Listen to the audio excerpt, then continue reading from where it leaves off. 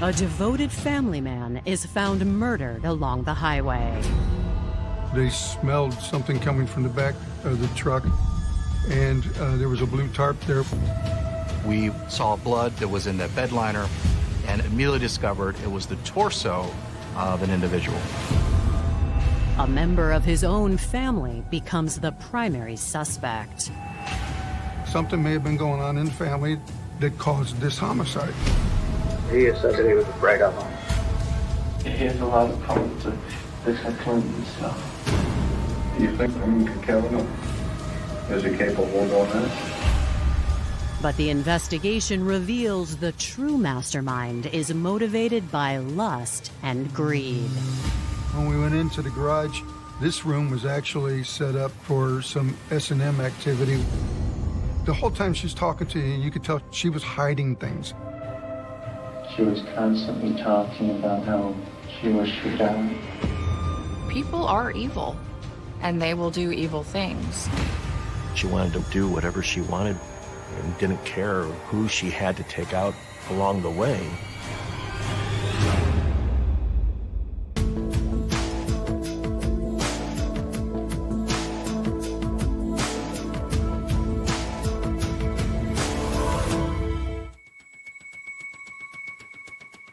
May 15th, 1998. It's Friday night in Columbus, Ohio, and Sergeant Gary Lewis with the Highway Patrol is responding to a call about a possible drunk driver. We got a call that a vehicle was traveling northbound on US 23. A description of the vehicle was provided. When I finally was able to catch up with the vehicle was parked in the northbound rest area. And I observed a male, a medium build, Caucasian, who was sitting in the driver's seat. I then positioned my cruiser behind him to, in fact, see if I could get some driving and see if this individual was impaired.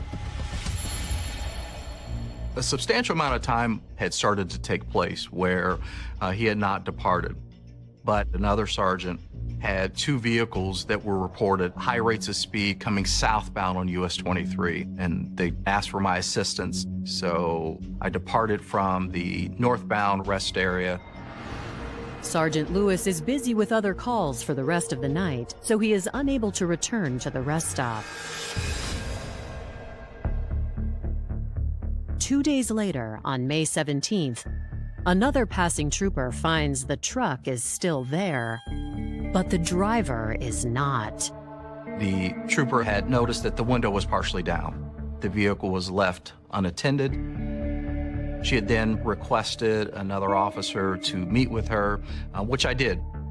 We then started to look for really more clues and information surrounding this vehicle that had been abandoned.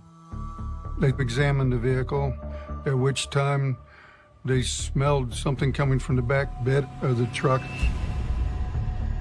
And there was a blue tarp there. We then saw blood that was in that bed liner. We continued to look underneath that blue tarp, and it was immediately discovered it was the torso of an individual. We secured the scene and then started getting investigators and others there to the scene. Underneath that blue tarp was a white male, potentially in his mid-40s, wearing blue jeans, a T-shirt consistent with the company name, Ohio Concrete. There was a significant amount of blood and that blunt trauma to the head. To the patrol officers, it's clear the victim was murdered. But the evidence suggests the crime happened somewhere else. If it had happened inside the vehicle, it would have blood or blood spatter in the truck, and they didn't find any in the truck itself. The pockets were checked, potentially looking for some type of identification. There was no wallet or ID located on his persons. The vehicle was registered under a commercial license for Ohio Concrete Cutting and Drilling. They then contacted the owner of Ohio Concrete, Tom Lennox. They determined the truck was used by an employee by the name of Richard Witte. Description provided by Mr. Lennox almost identically aligned with our victim. that really led us to believe, in fact, our victim was Mr. Witte. What happened to Richard Witte? It's basically a puzzle trying to put every piece together. Tom Lennox also gave Richard Witte's contact information, which would have been his wife, Kathleen Witte. They immediately contacted her to get information on her husband.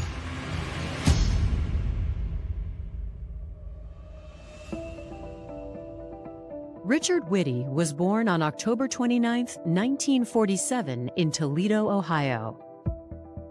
The men in his family had a tradition of serving in the military. My grandfather was in the military. He was in World War II. That was service that he was very proud of and that our family was very proud of. My Uncle Jim had served, he was in Vietnam. He had served in places all over the world. Looking up to the men in his family, Richard hoped to serve his country as well. But a car accident in 1966 prevented him from enlisting. He was the only one in the car. He was definitely driving fast. He lost 4 fingers on one of his hands, and they sewed them all back on. But he ultimately lost his pinky, and he's in a full body cast. But with the accident, he was never able to join the military. He just accepted it and moved on. He finished high school and eventually became a mechanic by trade. He met my mom really shortly after graduating high school. They fell madly in love. My mother's name was Janice May Sutter. Everyone called her Jan. My mom was a bombshell. Like, she was just incredibly beautiful. Richard and Jan were married when both were in their early 20s and went on to have 2 children together, Willow and James. In fatherhood, Richard found his true purpose in life. He was a family man, worked for his family to make sure that he could provide for them and to make sure everybody was taken care of. But their life wasn't always easy. Neither of my parents made much money. We had lived in a trailer, and that caught fire, and we lost everything. That would have been when their marriage was falling apart, like officially. They divorced when I was super young. The story is that they just weren't in love anymore.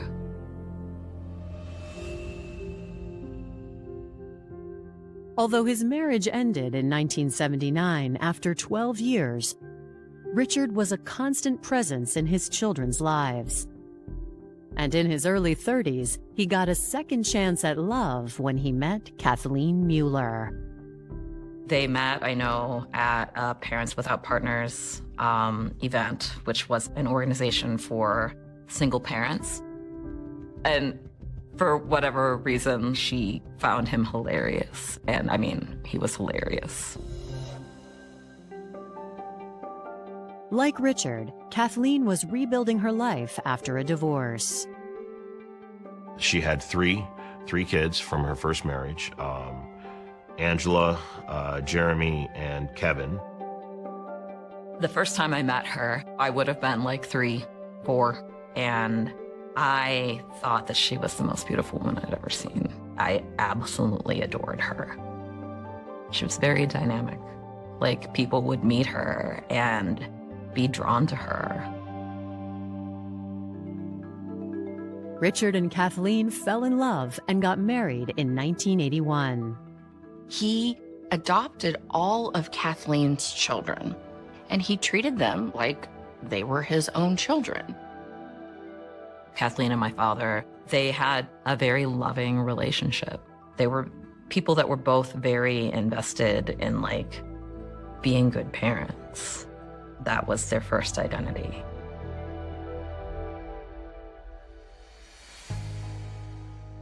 By 1998, their 3 oldest children had moved out and started lives of their own. Kathleen's sons, Kevin and Jeremy, were the only children still living at home, but the Witte family remained close-knit. The house kind of was an open door. It was the place to be for, it seemed like, the kids and their friends. That would be the house where people can come and go whenever they pleased. Richard was 50 years old and living the life he'd always dreamed of, riding and fixing up motorcycles in his free time. My father took a new job with Ohio Concrete Sawing and Drilling. He still would have been the head mechanic. I know he was pretty happy. But this hard-working family man has been found murdered at a highway rest stop. And Ohio police want to know why. Richard's boss, Tom Lennox, tells police he left on a trip the day before. Mr. Witte supposedly had been on his way to visit family in Toledo for the weekend, having left Friday night. Do you have any enemies that you know of, either at work or in your personal life? At work, I would say no. It was revealed that he really had a solid, outstanding reputation, had a great working relationship with his employees. According to Tom, the only source of conflict in Richard's life was his adopted son. Tom told him he has a really tough time with his son, Kevin. Matter of fact, he has said that he was afraid of him. Coming up, Richard's loved ones describe a volatile family dynamic. If my father would get mad at him, Kevin would retaliate in some way. But their prime suspect claims to have an alibi. You left your house? Yeah, we both left my house. I think so. Yeah.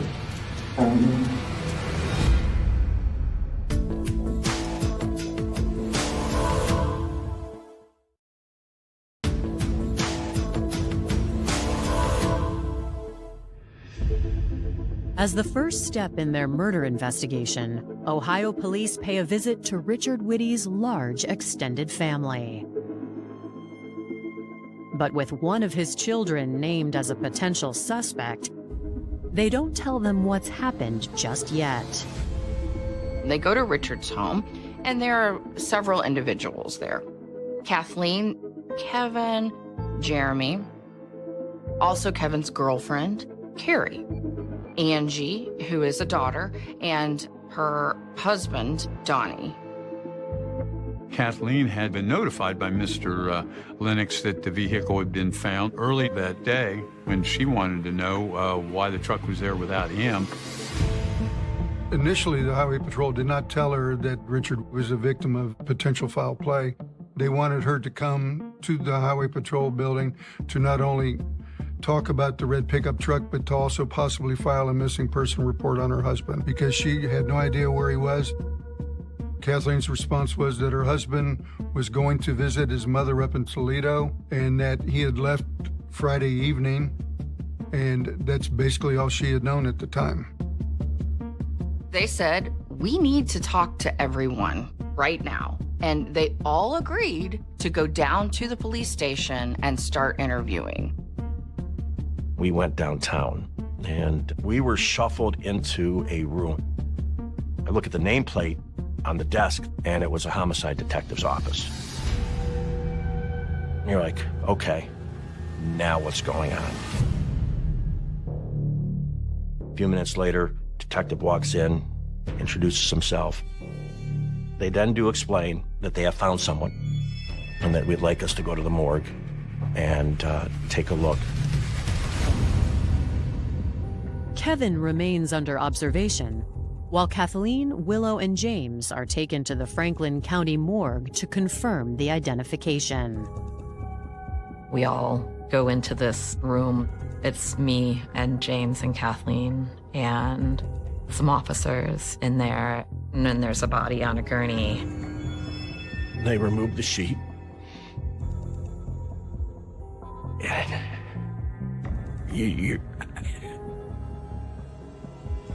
and Richard's laying there.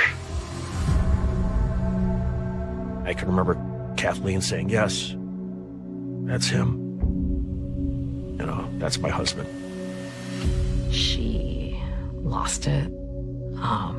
You know, James went over to, you know, to help her calm down and to comfort her. I was absolutely in shock.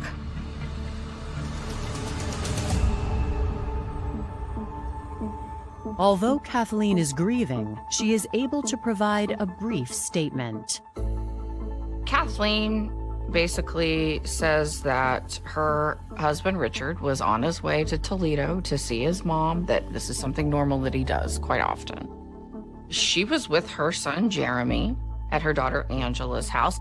They all stayed there until about 11:15 that night. Kathleen said that her and Richard had a good marriage. She'd been married 18 years. Of course, officers would like to ask Kevin's mother if he has a problem or had a problem with his father, Richard. What was their relationship like? She said they were doing fine. They did not have a problem, that Kevin was just growing up, but that they were okay. You could tell not only by her demeanor, but by the way she was saying it, that she was trying to downplay everything. It really seemed Kathleen Witte would only tell half-truths, or she would stop before she would actually admit anything. So we knew she was hiding something. When they return to the station, investigators conduct interviews with the rest of the Witte family and their significant others. They begin with Carrie Wendell, Kevin's teenage girlfriend. What's the deal on his stepfather? You get along with him? As far as I see, they're good terms. How about overall? I mean, do they get along fine, or is there some problems there? There is some tension there, but... What's that about? I guess him being 18 and wanting to do what he wants to do. Kevin, he was a high schooler. He was a senior. And they butted heads a lot. He skipped school. He made the teachers mad sometimes, and he just would not really deal with Richard's discipline. In another interview room, Richard's son-in-law Donnie tells investigators about an incident that occurred between Kevin and Richard a few months before. Close to the beginning of the year, Kevin kicked the side of the pickup truck because they got into an argument. Is he on the number? He has a lot of problems with discipline and stuff. The most revealing statements come from Richard's children, Willow and Jeremy Witte.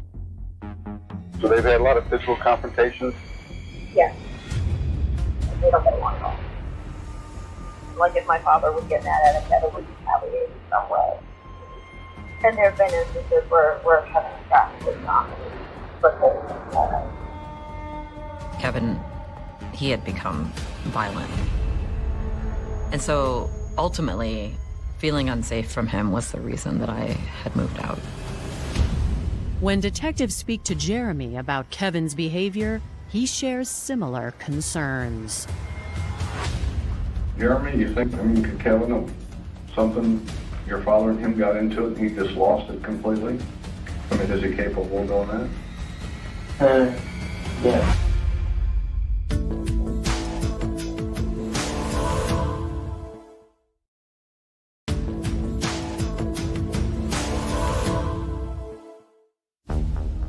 With most of the Witte family confirming that Richard's son Kevin is the likely suspect in his murder, investigators set their sights on the troublesome 18-year-old. They begin by asking Kevin about the last time he saw his stepfather. Kevin said he had spent most of the afternoon at home. He was joined by his friend Justin Coleman. Kevin stated that he and Justin were getting ready to leave, and Richard Witte was in the shower getting prepared to go visit his mother. You left your house? Yep. We both left my house. Your dad was fine when you left? Yes. You heard from him since? No. What relationship do you have with your stepdad? We've been getting along great. There's a 1985 Mazda in the driveway. He's fixing it up for me. Detectives know that Kevin is lying and suspect he may be hiding more. So they decide to confront him with news of Richard's death. You ever been in the truck? You ever driven it? No, it's too big. Well, your stepdad was found in that truck. And he's not alive. He tried to feign surprise and emotion over it, but it seemed to be more of an act. Kevin puts his head in his hands. He did not cry. It seemed like a very fake response. This is telling to the investigators. Why wouldn't he have maybe been more upset to hear that his father was dead? We're going to do a search warrant on your mom's house. If we find evidence of something that happened to your stepdad in that house, you know who we got to look at, don't you? No. You. Kevin, something went wrong. Now's the time to talk about it. I think so. Who did? I don't know. Despite his protests of innocence, investigators suspect Kevin's still lying and keep applying pressure. This problem is not going to go away, Kevin. Just because something happens doesn't mean you wanted it to happen. Okay, we need to get into confrontation. Okay. At that point, he totally opened up, and Kevin said the night his stepdad was supposed to go to Toledo, he and his friend Justin were smoking, and he must have thrown a lit cigarette into the trash can and accidentally caught it on fire. Richard came into the room. He didn't like seeing that the trash can was on fire, so he confronts Kevin. According to Kevin, Richard lost control and became violent. He started hitting me in the stomach. It was really hurting. And I slammed his head a couple times in the door. Where's all this take place? In the kitchen. He got me against the wall. His hands were on my throat. I know Justin thought he was trying to kill me at work, but he came up with a rope. Started strangling him. So while he's got you up against the wall, choking you, Justin comes up with the rope, puts it around your stepdad's neck. Then what happens? He choked him to death. His story explained not only the blunt force trauma to the head, but also the ligature marks around the neck. There was an attempt to clean up the crime scene by wiping up whatever body fluid may have been on the carpet or on the floor. They also took the rope and some gloves and threw everything into a trash bag, and they were going to get rid of that evidence along with the body. At this point, Kevin was asked how the body ended up at the rest stop, and he said that after Justin had strangled Richard, that he told him to take a walk. And he really didn't know how the body ended up in the truck.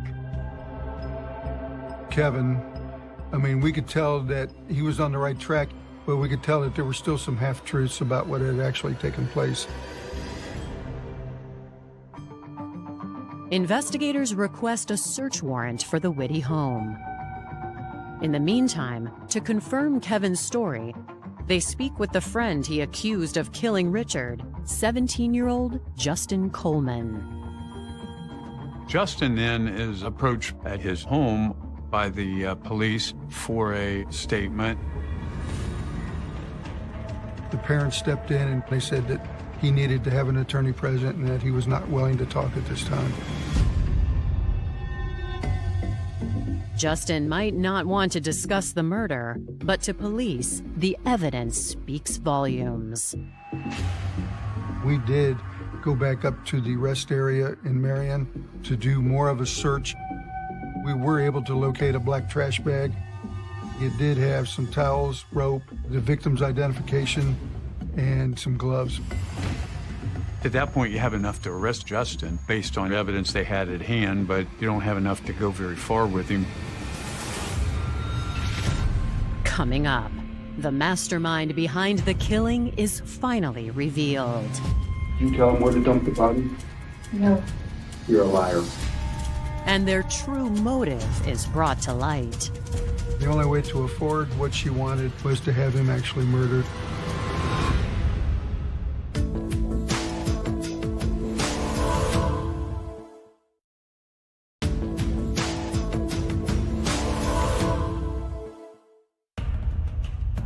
On May 17, 1998, authorities in Columbus, Ohio are investigating the murder of Richard Witte, which appears to be the result of a long-standing feud between the victim and his stepson, Kevin. While detectives wait for a judge to issue a search warrant for Richard's home, they take a closer look at Kevin Witte's story. He downplayed his part, saying that Justin was pretty much in control of everything. That was not believable to the detectives because Justin really didn't have a motive. And there are other discrepancies. Kevin stated that he was assaulted by his stepfather on Friday and that he was actually choked, but we did not see anything that would have indicated any type of bruising from a potential choking on Kevin.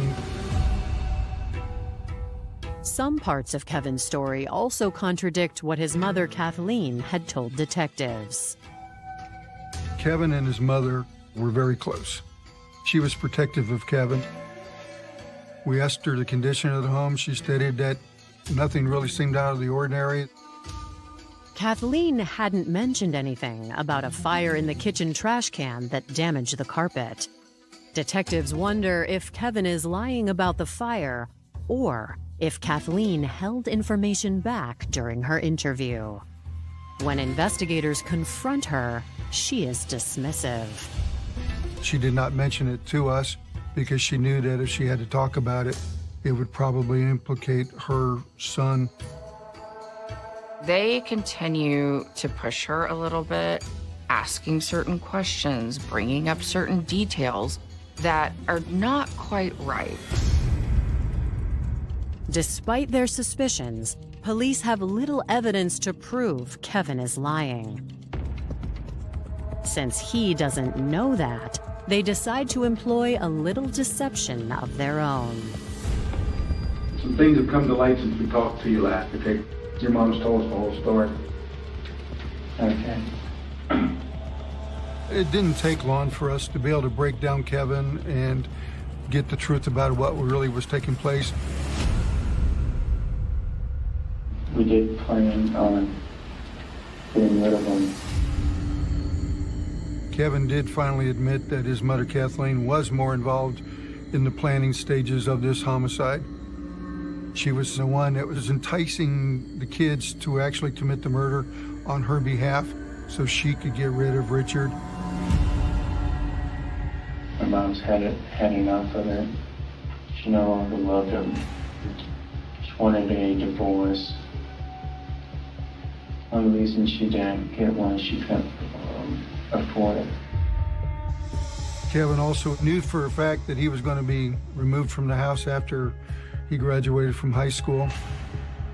Both Kathleen and my father, their relationship seemed very healthy and very communicative and very loving. That did change really when Kevin was like starting high school. He had become more and more physically violent. And my father was just holding on to this hope that once Kevin was gone, that they would be able to regain that. But Kevin says his mother had no interest in repairing that relationship. She was constantly talking about his health condition, you know, how she wished he died. According to Kevin, his mother first approached him about hiring a hitman.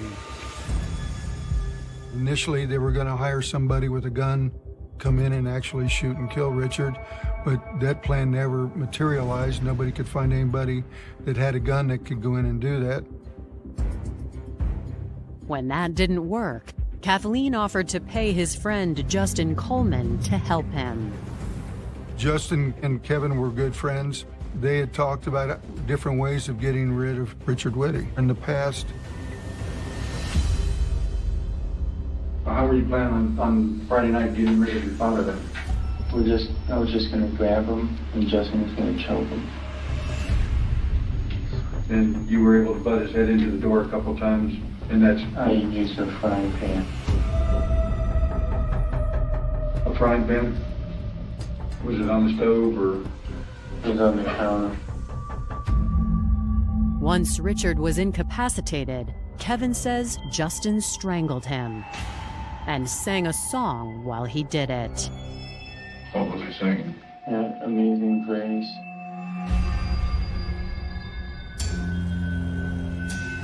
For someone to sing Amazing Grace to him as he was dying is extremely bizarre. Kevin explained to the detective there was a prearranged plan with Kathleen that he would text 111 on the pager to Kathleen when the homicide had happened so that she could return to the house. To hide the blood evidence, they actually started the fire in the kitchen.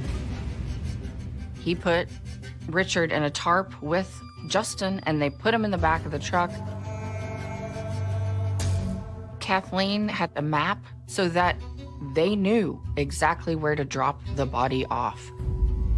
A map from the area to Toledo, because Richard's mother lived in Toledo. Kevin drove the truck to a parking lot. Justin had picked up Kathleen's car to follow him to the rest area. Kevin had no driver's license, so when Kevin was driving up Route 23, that would have been the reason why some of the calls came into the highway patrol about an erratic driver. So basically your reward in this whole thing was getting rid of the abuse. Yes. Your mom was getting her freedom. Yes. What was Justin getting out of all this? He got to have a nice prom with this girl who's had crushed on him for a long time. How's that? Your mom gonna finance it? All we needed was $50. People are evil, and they will do evil things. Kathleen was a manipulator. As far as manipulating Kevin goes, that had been a very long process. I believe that he wouldn't have done it on his own.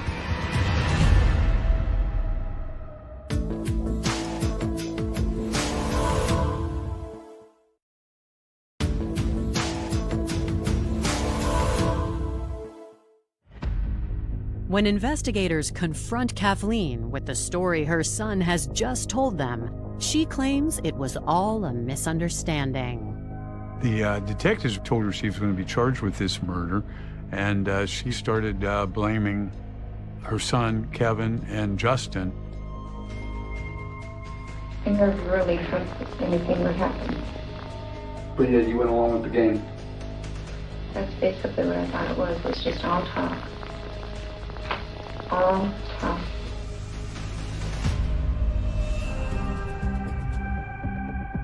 She told investigators that it was Kevin's plan. She had nothing to do with it. You had these discussions with Justin and Kevin, correct? Mostly Kevin, and then Justin later on. What were the discussions? Basically, the words were getting rid of him.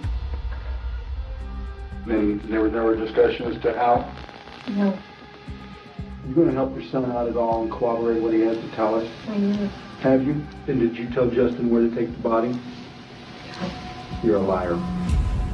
Kathleen was willing to sacrifice her son and his best friend in this homicide so she could remove herself from any guilt. Kathleen made sure that she alibied herself by taking Jeremy shopping and staying away until she knew that the deed was done. Less than 24 hours after the discovery of Richard Witte's body, Kathleen, Kevin, and Justin are arrested for aggravated murder. They are held without bail as police continue to build their case. We still had the house to process as far as evidence. They execute the search warrant, and they find tarps that match the exact tarp that was wrapped around Richard's body. Investigators also see the trash can that had the burnt carpeting. They seized trace evidence of the blood that existed.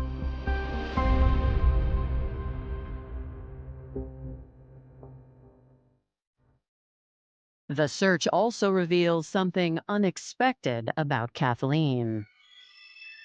There was a separate door that went into the new addition of the garage. This room was actually set up for some S&M activity. A bedroom with a bed that had adult paraphernalia, toys all around it, including chains, restraints, etc. They just started to question, well, what does this have to do with Richard's death? Part of the search warrant allowed investigators to take laptops from the residence, and Kathleen's laptop showed investigators that she was part of a BDSM community. Kathleen had done some type of web page where she would advertise being involved in S&M. To our knowledge, Richard was not involved in the S&M aspect of the relationship. It could have been Richard did not like the fact that his wife was online doing these sexual activities, to where he may have wanted a divorce.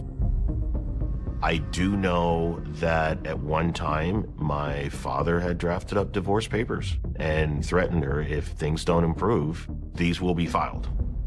I did not ask for details about what he meant by if things don't improve. Another discovery makes it even more clear that money was her biggest motive. Kathleen had purchased a $100,000 life insurance policy on Richard probably only 2 weeks before. After finding this information out, it's important to note that Kathleen never mentioned it, and that $100,000 is much more motive to get rid of a person than the $15,000 he had through his work insurance policy. She wanted to live and do whatever she wanted, whenever she wanted, and didn't care who she had to take out along the way, who she had to destroy.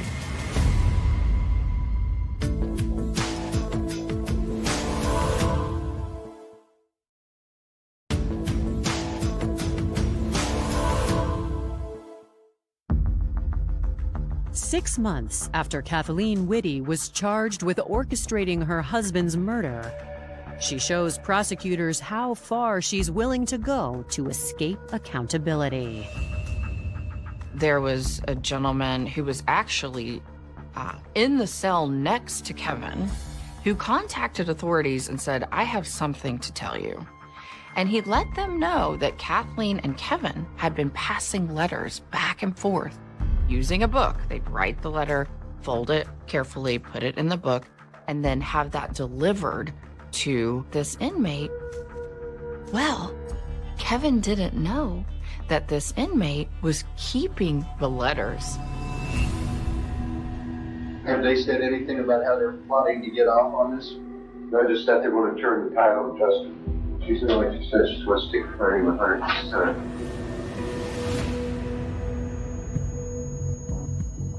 Armed with this new information, the state offers plea deals with reduced sentences to both Kevin Witte and Justin Coleman in exchange for their testimony. When Kathleen's trial begins in December 1998, the two teens describe to the jury how they were controlled by her. Kathleen had promised Kevin quite a bit. An easier life with Richard gone, that he could live with her rent-free forever, as well as having his girlfriend there. She also told Kevin that if Justin helped, Justin and his girlfriend could also stay at her residence for $25 a week for as long as they wanted to.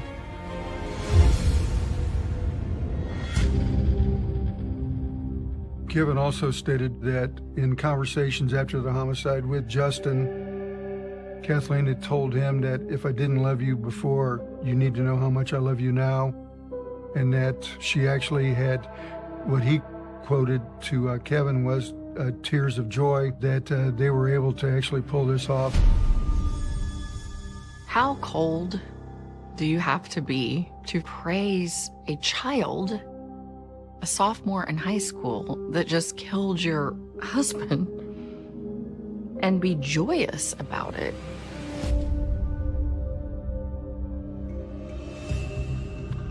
The defense counters by reminding the jury Kathleen is not the one who carried out the murder. Kevin and Justin did that by themselves.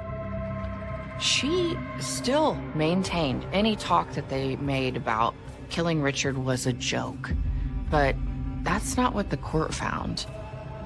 She was found guilty, and the judge gave her 20 years to life. Kevin and Justin are each sentenced to 13 years in prison for their roles in the murder. Kevin serving such a small amount of time definitely bothered me. However, we could not have convicted her without his testimony. So it was a thing that I accepted. I named my son Richard Allen Witte II after my father. And I did it as a promise that I would always do my best and teach him to be a good person the way my father taught me to be a good person. I want my father to be remembered for his presence, how he would fill a room with, like, mischievous goodness. I'll spend the rest of my life not wanting to disappoint him.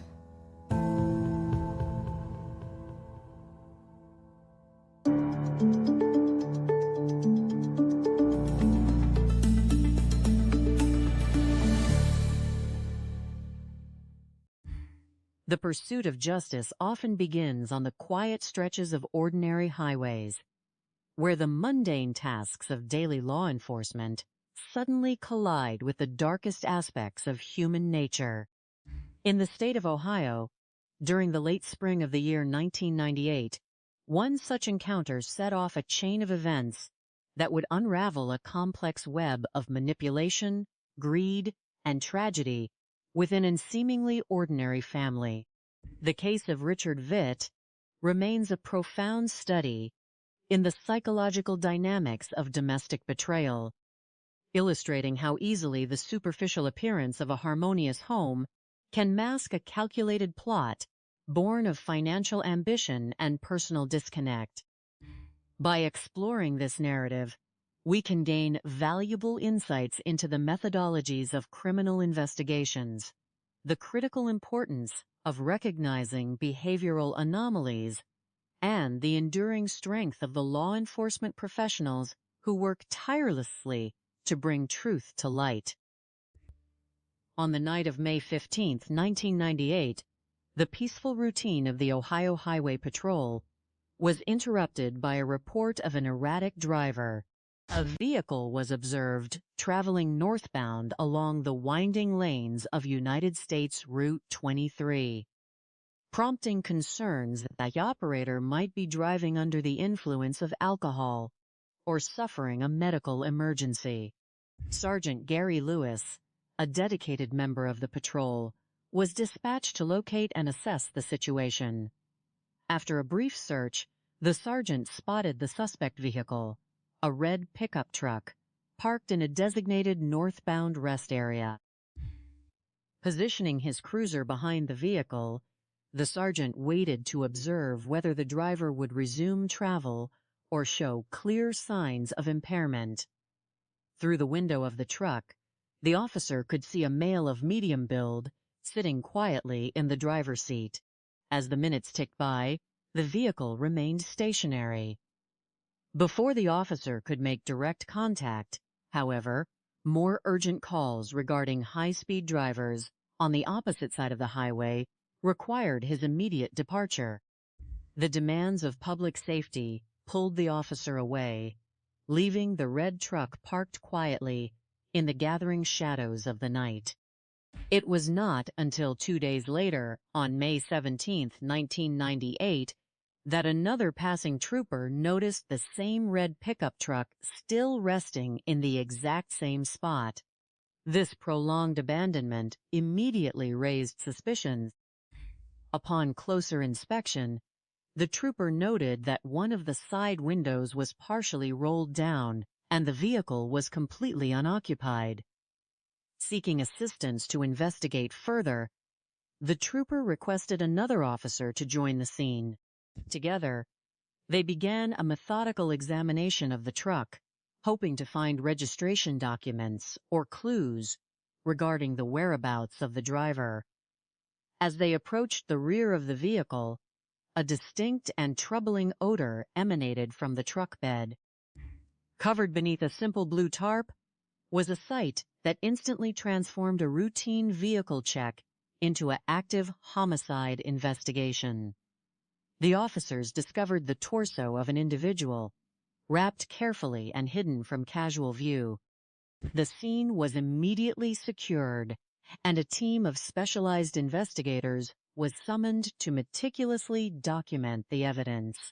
Beneath the blue tarp lay the body of a white male, estimated to be in his mid-40s, dressed in blue jeans and a promotional T-shirt bearing the name of a local company, Ohio Concrete. A preliminary examination revealed that the individual had suffered significant physical trauma, particularly to the head, along with distinct markings around the neck that strongly suggested asphyxiation. However, the lack of blood spatter or substantial biological evidence inside the cabin of the pickup truck led investigators to a crucial early conclusion. The crime had not taken place inside the vehicle. Instead, the truck had been used merely as a means of transport to move the deceased from the actual crime scene to this isolated highway rest area. To establish the identity of the victim, officers searched the clothing for identification, but found no wallet, driver license, or personal papers. Turning their attention to the vehicle itself, they ran the commercial license plate and determined that the truck belonged to a business known as Ohio Concrete Cutting and Drilling.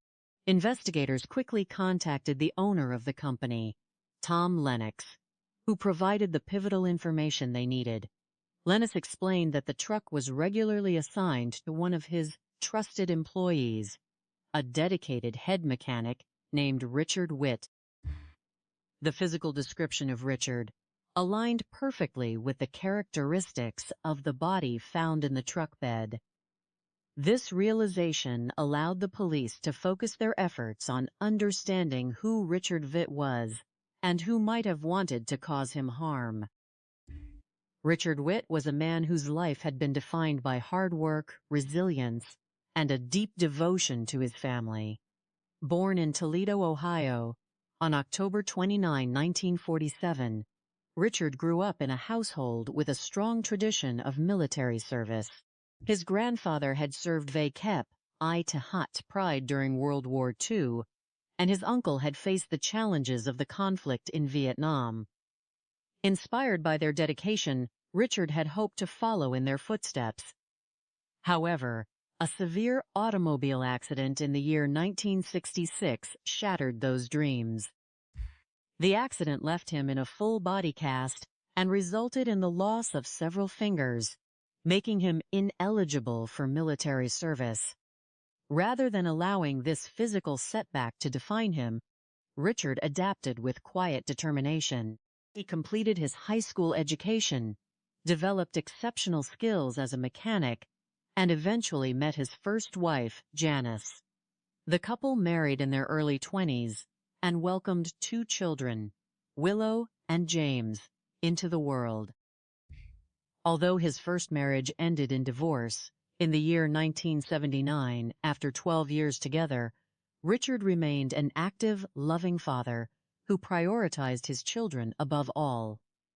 Else, he worked long hours to ensure his family was provided for, always ready to offer humor and support.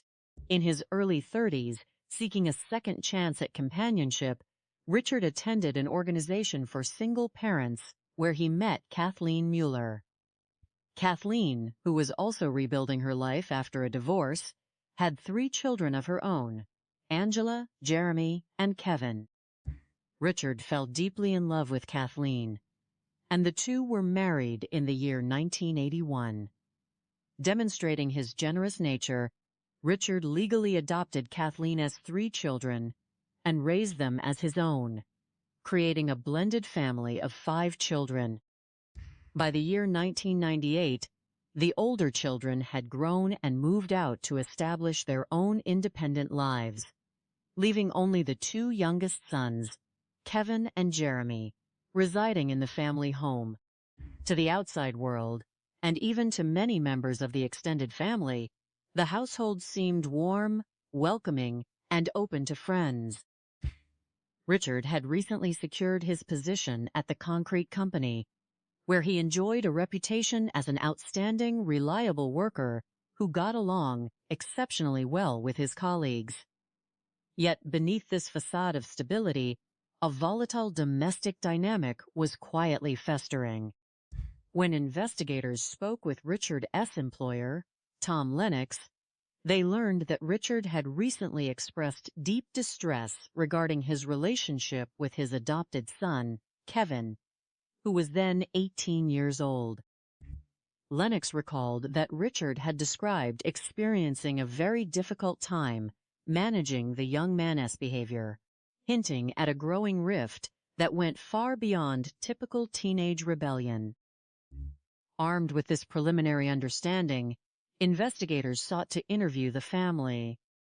At this early stage, the police chose to keep the details of the homicide confidential, desiring to observe the natural, unprompted reactions of the family members. They visited the Witte home, where they found Kathleen, Kevin, Jeremy, Kevin's girlfriend Carrie, and the eldest daughter Angela with her husband Donnie. Kathleen had already been informed by the business owner that the company truck had been found abandoned, and she expressed curiosity about why the vehicle was parked at a highway rest stop. The officers invited Kathleen and the rest of the family to the patrol station, suggesting that they could discuss the vehicle and simultaneously file a missing person report, since Kathleen claimed she had not seen her husband since he left for a weekend trip to visit his mother in Toledo on Friday night. The family agreed to accompany the officers.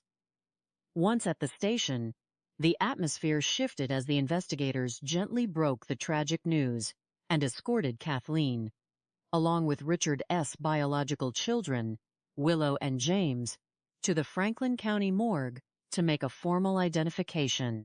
The emotional weight of the moment was profound. Confronted with the reality of Richard's passing, Kathleen appeared to lose control of her emotions, weeping as James attempted to comfort her. In her subsequent official statement, Kathleen maintained that she and Richard enjoyed a strong, loving marriage of 18 years. When asked about the relationship between Richard and her son Kevin, she insisted that everything was fine, portraying Kevin as a typical young man who was simply going through the process of growing up. However, experienced detectives are trained to look beyond outward displays of grief to analyze the subtle inconsistencies in a person's behavior. They noted that Kathleen's demeanor during the interview seemed unusually guarded, as if she were carefully parsing her words to offer only half-truths while steering the conversation away from any domestic conflict. This suspicion was quickly validated as investigators began interviewing the other family members in separate rooms. Carrie, the teenage girlfriend of Kevin, admitted that there was significant tension in the household, stemming primarily from Kevin S.'s refusal to accept Richard S. discipline and authority. Kevin, a high school senior, frequently skipped classes, struggled with authority, and regularly clashed with his stepfather over rules and expectations. The interviews with Richard's other children painted an even darker picture of the domestic environment. Donnie, the son-in-law, recalled a disturbing incident from earlier in the year when Kevin had physically damaged Richard S.'s truck out of anger. Willow and Jeremy provided even more direct insights, revealing that the confrontations between Richard and Kevin had often escalated into physical altercations. The tension had grown so severe that Willow had felt compelled to move out of the house entirely to ensure her own safety. Jeremy, too, expressed grave concerns, admitting to detectives that he believed Kevin was entirely capable of losing control and committing a violent act.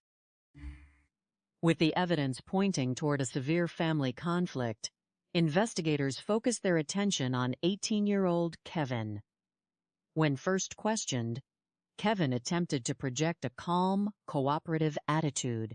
He claimed that he had spent the afternoon of Friday, May 15th, at home with his close friend, 17-year-old Justin Coleman. Kevin asserted that he and Justin had left the house in the evening, while Richard was preparing to take a shower before his planned trip to Toledo. He insisted that his relationship with his stepfather was excellent, pointing out that Richard was actively helping him repair an older sedan in the driveway. However, when detectives confronted Kevin with the devastating news that Richard's body had been discovered in the back of the pickup truck, his reaction struck them as highly theatrical and insincere. He placed his head in his hands and mimicked the motions of crying, yet no actual tears fell from his eyes. Sensing that the young man was hiding a much larger truth, the investigators increased the psychological pressure. They informed Kevin that they were preparing to execute a search warrant at his mother's residence, and that if any physical evidence linking him to the crime was discovered within those walls, he would face immediate consequences. They urged him to speak honestly before the physical evidence spoke for him. Faced with the reality of an impending forensic search, Kevin S.'s defense collapsed, and he offered a dramatic confession. He claimed that on the night of the incident, he and Justin had been smoking inside the house when a stray cigarette accidentally ignited a trash can. According to Kevin, Richard had discovered the fire, lost his temper, and launched a physical assault against him. Kevin described a frantic struggle in the kitchen, claiming that Richard had pinned him against the wall and begun to choke him. At that moment, Kevin asserted Justin had intervened to protect him by using a length of rope to subdue Richard. This narrative was designed to paint the act as a sudden tragic escalation of self-defense, explaining the head injuries and the ligature marks around the victim's neck. Kevin further claimed that after the struggle ended, Justin had told him to take a walk, and that he had no knowledge of how the body was ultimately loaded into the truck or transported to the rest stop on Route 23. While this confession provided crucial details that aligned with the physical injuries on the victim, the seasoned investigators remained skeptical. They observed that Kevin exhibited no physical signs of having been choked, such as bruising or broken blood vessels around his neck. Furthermore, it seemed highly improbable that a 17-year-old friend would independently orchestrate and execute such a clean-up and disposal process without a deeper, pre-planned motive. The investigation took a significant step forward when search teams returned to the rest area on Route 23 to conduct a more exhaustive search of the surrounding environment. In a wooded area near where the truck had been parked, they discovered a discarded black trash bag. Inside the bag, investigators found damp towels, gloves, a length of rope matching the markings on the victim, and Richard's missing identification cards. This discovery provided a wealth of physical evidence, but the true breakthrough occurred when detectives confronted Kevin with the inconsistencies in his self-defense story. Under intense methodical questioning, Kevin's narrative shifted once again, revealing a far more sinister truth that lay at the heart of the tragedy. He admitted that the physical altercation was not a spontaneous accident, but rather a pre-planned event orchestrated by his mother, Kathleen Witte. According to Kevin, Kathleen had grown deeply unhappy in her marriage and wished to secure her personal freedom. However, she was unwilling to pursue a standard divorce because of the financial costs and the potential loss of marital assets. Instead, she had spent months manipulating her son and his friend, planting the idea that their lives would be infinitely better if Richard were permanently removed from the equation. Kathleen's manipulation of the teenagers was remarkably calculating. She played upon Kevin's fear of being forced to leave the home after high school graduation, promising him that if Richard were gone, he and his girlfriend could live in the house, rent-free indefinitely.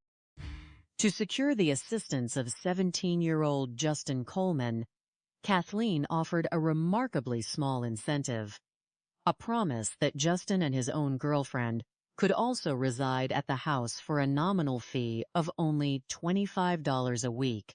She had even promised them a small sum of $50 to assist with expenses for an upcoming high school prom. Through a slow, steady process of psychological grooming, Kathleen had convinced these impressionable teenagers that committing a heinous act was a viable solution to their collective problems. On the night of May 15th, while Kathleen ensured she had a solid alibi by taking her other son Jeremy on an extended shopping trip and visiting her daughter Angela's home. Until late in the evening, the plan was set into motion. Kevin and Justin waited for Richard to return home. When Richard entered the kitchen, they initiated the confrontation. Kevin admitted that they had used a common kitchen frying pan to incapacitate Richard before Justin utilized the rope to end his life.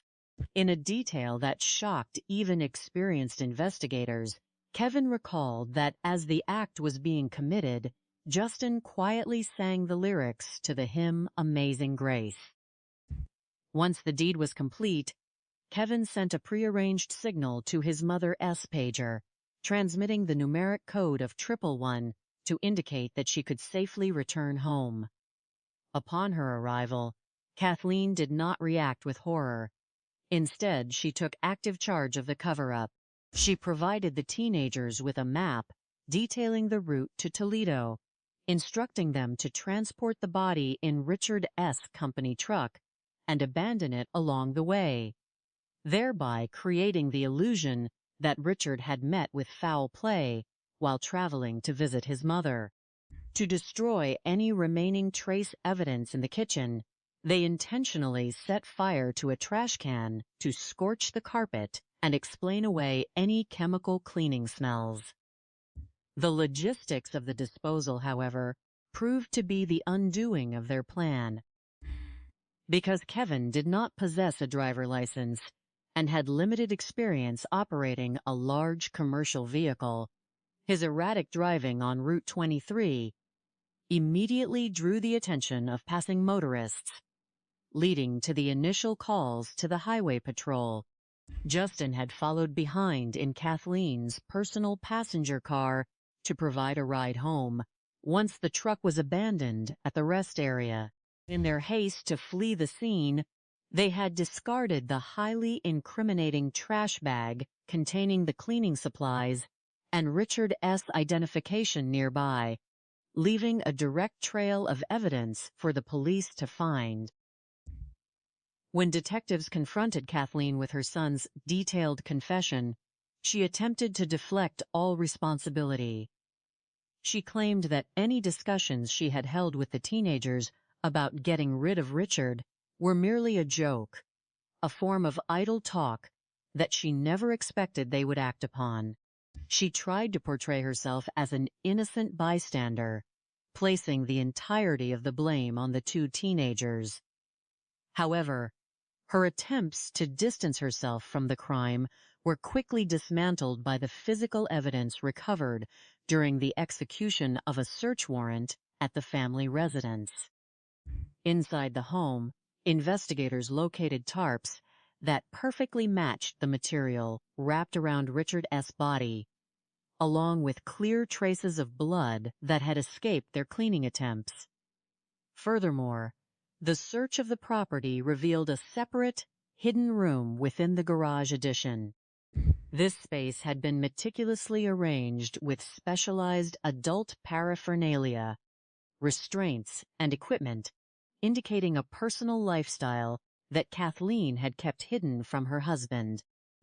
A forensic examination of her personal computer revealed that she had been actively participating in online alternative lifestyle communities, advertising her interests under a pseudonym.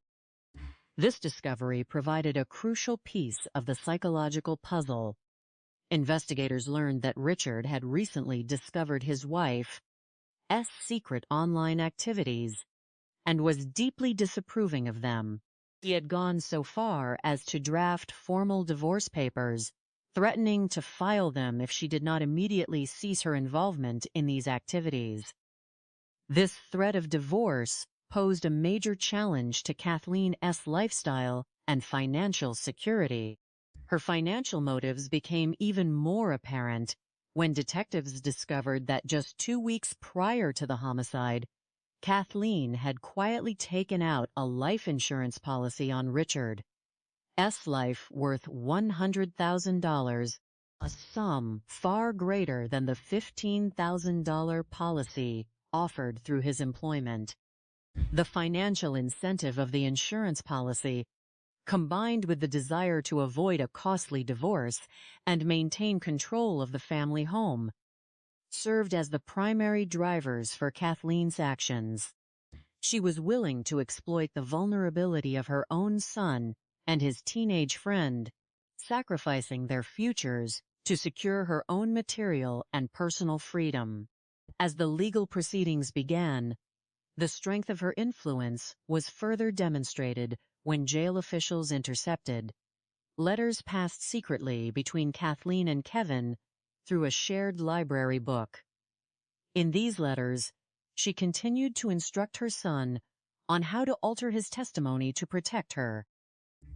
Faced with this overwhelming evidence of conspiracy and manipulation, the prosecution offered plea agreements with reduced sentences to both Kevin and Justin in exchange for their truthful testimony against the mastermind of the plot.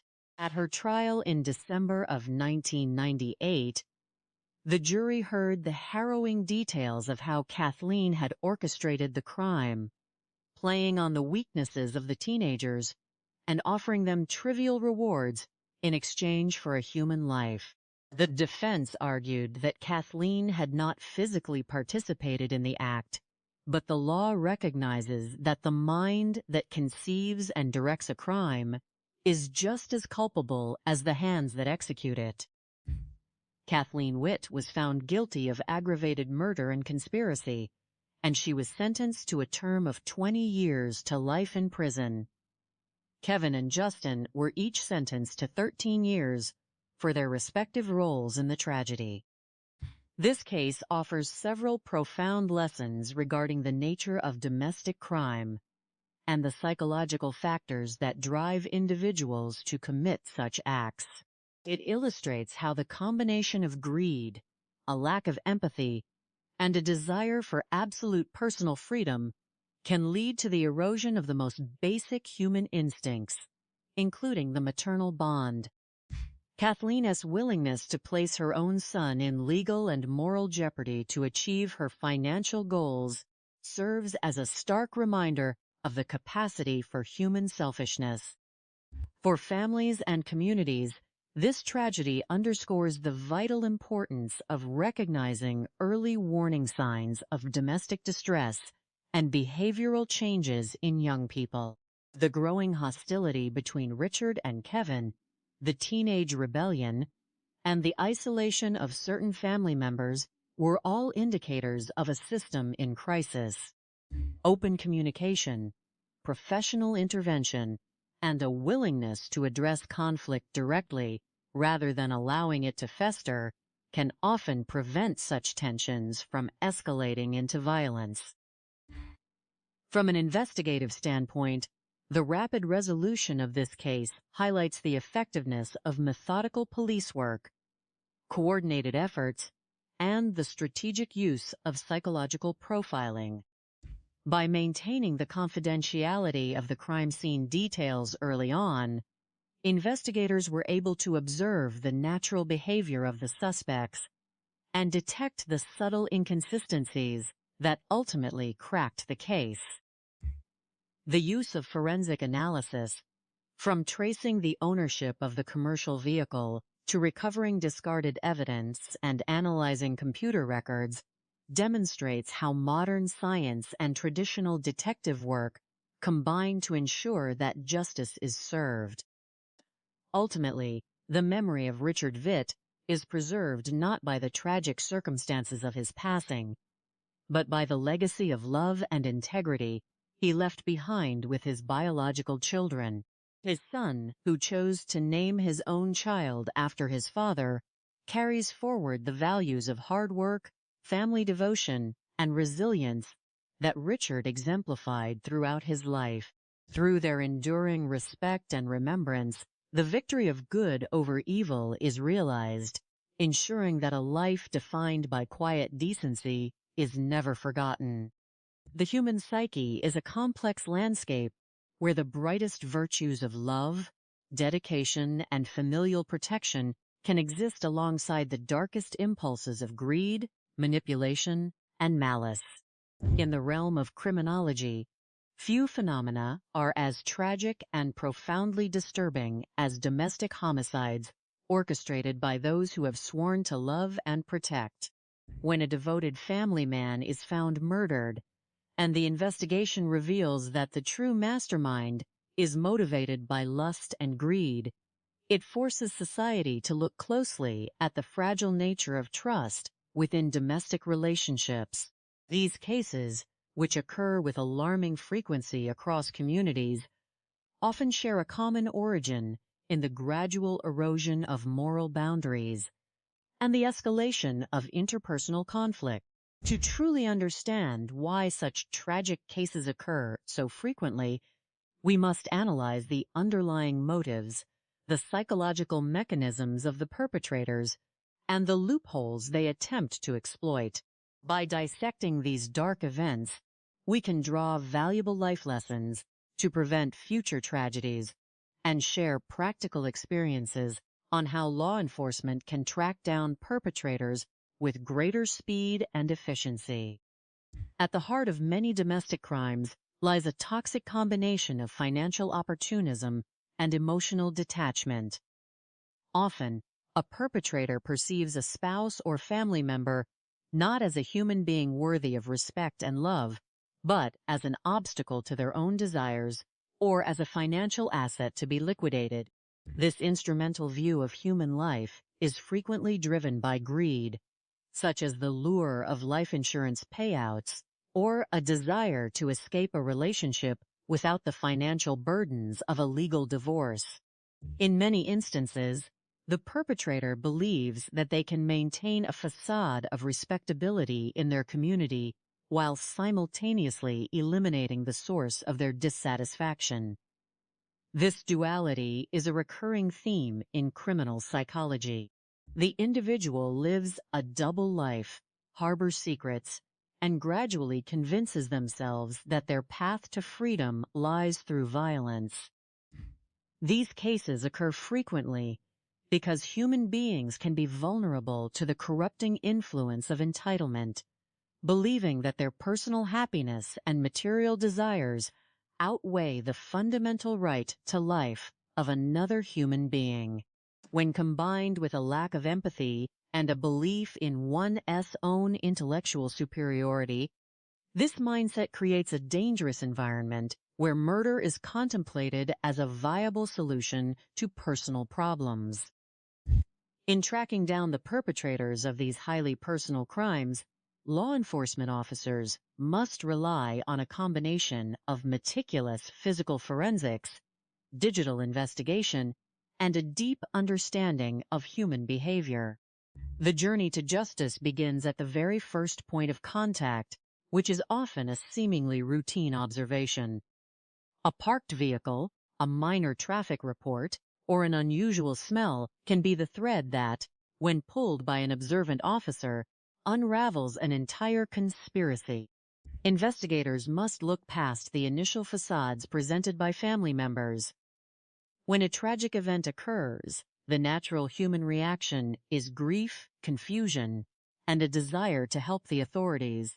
However, when a suspect displays forced emotion, attempts to downplay ongoing domestic tension, or provides statements that are filled with half-truths, these behavioral anomalies become vital clues.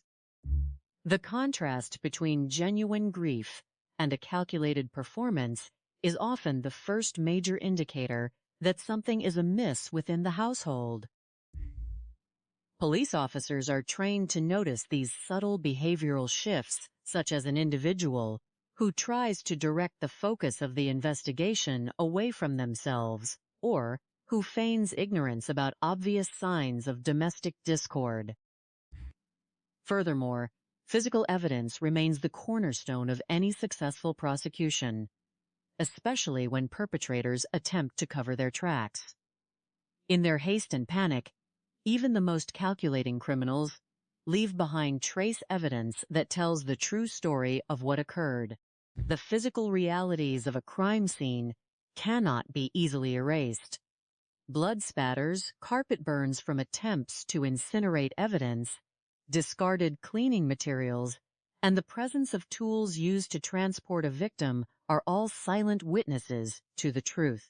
In the age of advanced forensics, the recovery of a simple trash bag containing discarded gloves, towels, and the victim's personal identification can completely dismantle a carefully constructed alibi. Criminals often underestimate the persistence of investigating forces, believing that disposing of evidence in a remote location or a roadside rest area will keep it hidden forever. However, the systematic search of highways, rest stops, and the suspect's residence almost always yields the physical proof necessary to connect the perpetrators to the deed. The sophistication of such criminals is almost always an illusion, built on arrogance and a profound misunderstanding of the investigative capabilities of modern law enforcement. It is a common occurrence in criminal history that those who consider themselves masterminds are actually remarkably short-sighted. They plan the crime with a focus on the act itself, but they utterly fail to comprehend the complex logistics of body disposal, the inevitability of physical evidence transfer, and the digital footprints they leave behind. In their minds, they have constructed a perfect plan, yet they commit monumental blunders that reveal their guilt almost immediately. They utilize vehicles that can be easily traced. They leave behind obvious signs of cleanup, and they rely on accomplices who lack the psychological stamina to withstand a professional interrogation. The contrast between their perceived cleverness and their actual clumsy execution is a testament to the fact that evil is rarely as smart as it believes itself to be. An excellent example of this false sophistication is the reliance on digital communication and financial transactions. In the modern era, nearly every action leaves a digital trail. A perpetrator might believe that deleting their search history or hiding a personal computer is sufficient to conceal their motives. However, digital forensic specialists can recover deleted files, trace online advertisements, and uncover secret web pages that document a suspect's secret life or unusual hobbies. More importantly, financial records are incredibly difficult to hide. The sudden purchase of a high-value life insurance policy shortly before a spouse passing is a glaring red flag that immediately draws the attention of investigators. The paper trail of greed is often the most direct path to the truth, demonstrating a clear timeline of preparation and motive that no amount of feigned grief can obscure.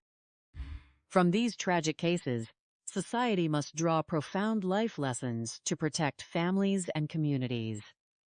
The first lesson is the importance of fostering open, honest communication within the home and recognizing the warning signs of toxic behavior. When a family member, particularly a young person, begins to exhibit signs of physical violence, chronic rebellion, and resentment toward authority, it must not be downplayed or ignored. Too often, parents attempt to shield their children from the consequences of their actions, or conversely, manipulate them to serve their own ends. This manipulation can have devastating consequences, turning a troubled youth into an instrument of violence. It is crucial for communities to provide support systems, counseling, and intervention programs to address domestic conflict before it escalates to an irreversible point. We must also cultivate a culture of mutual respect, where marriage and family are valued as sacred bonds of trust, rather than arrangements of convenience or financial exploitation. Furthermore, we must educate the public to be vigilant and report unusual activities. Neighbors, co-workers, and passers-by often observe small details that seem insignificant at the time, but later prove to be critical to solving a crime.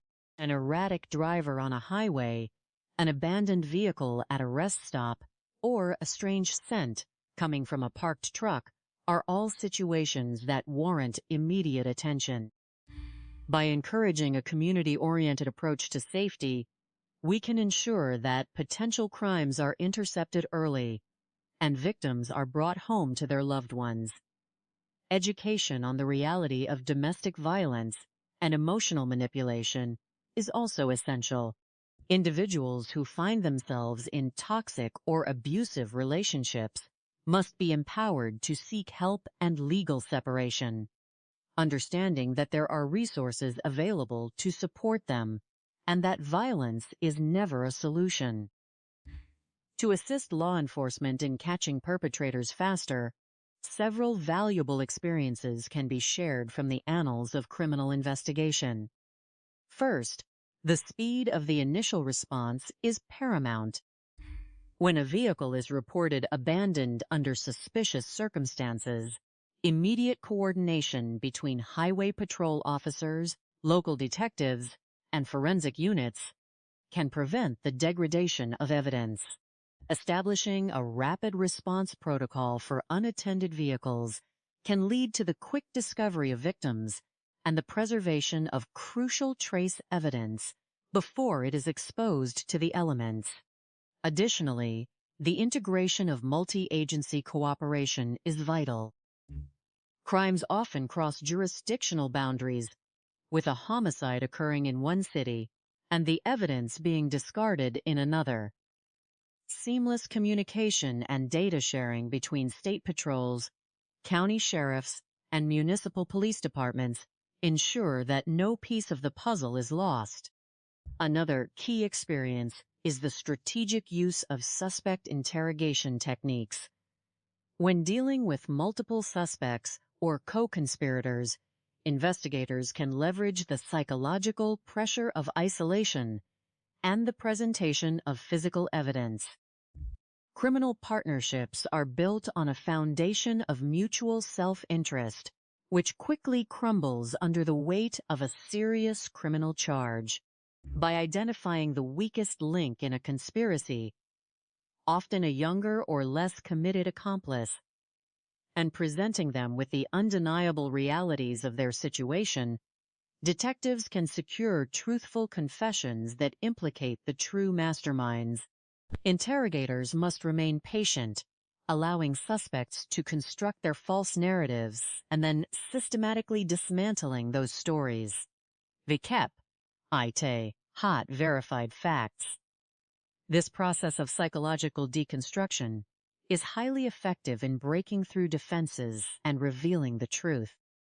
To fully appreciate the triumph of justice over such dark designs, we must examine the specific and detailed narrative of a case that embodies all of these elements.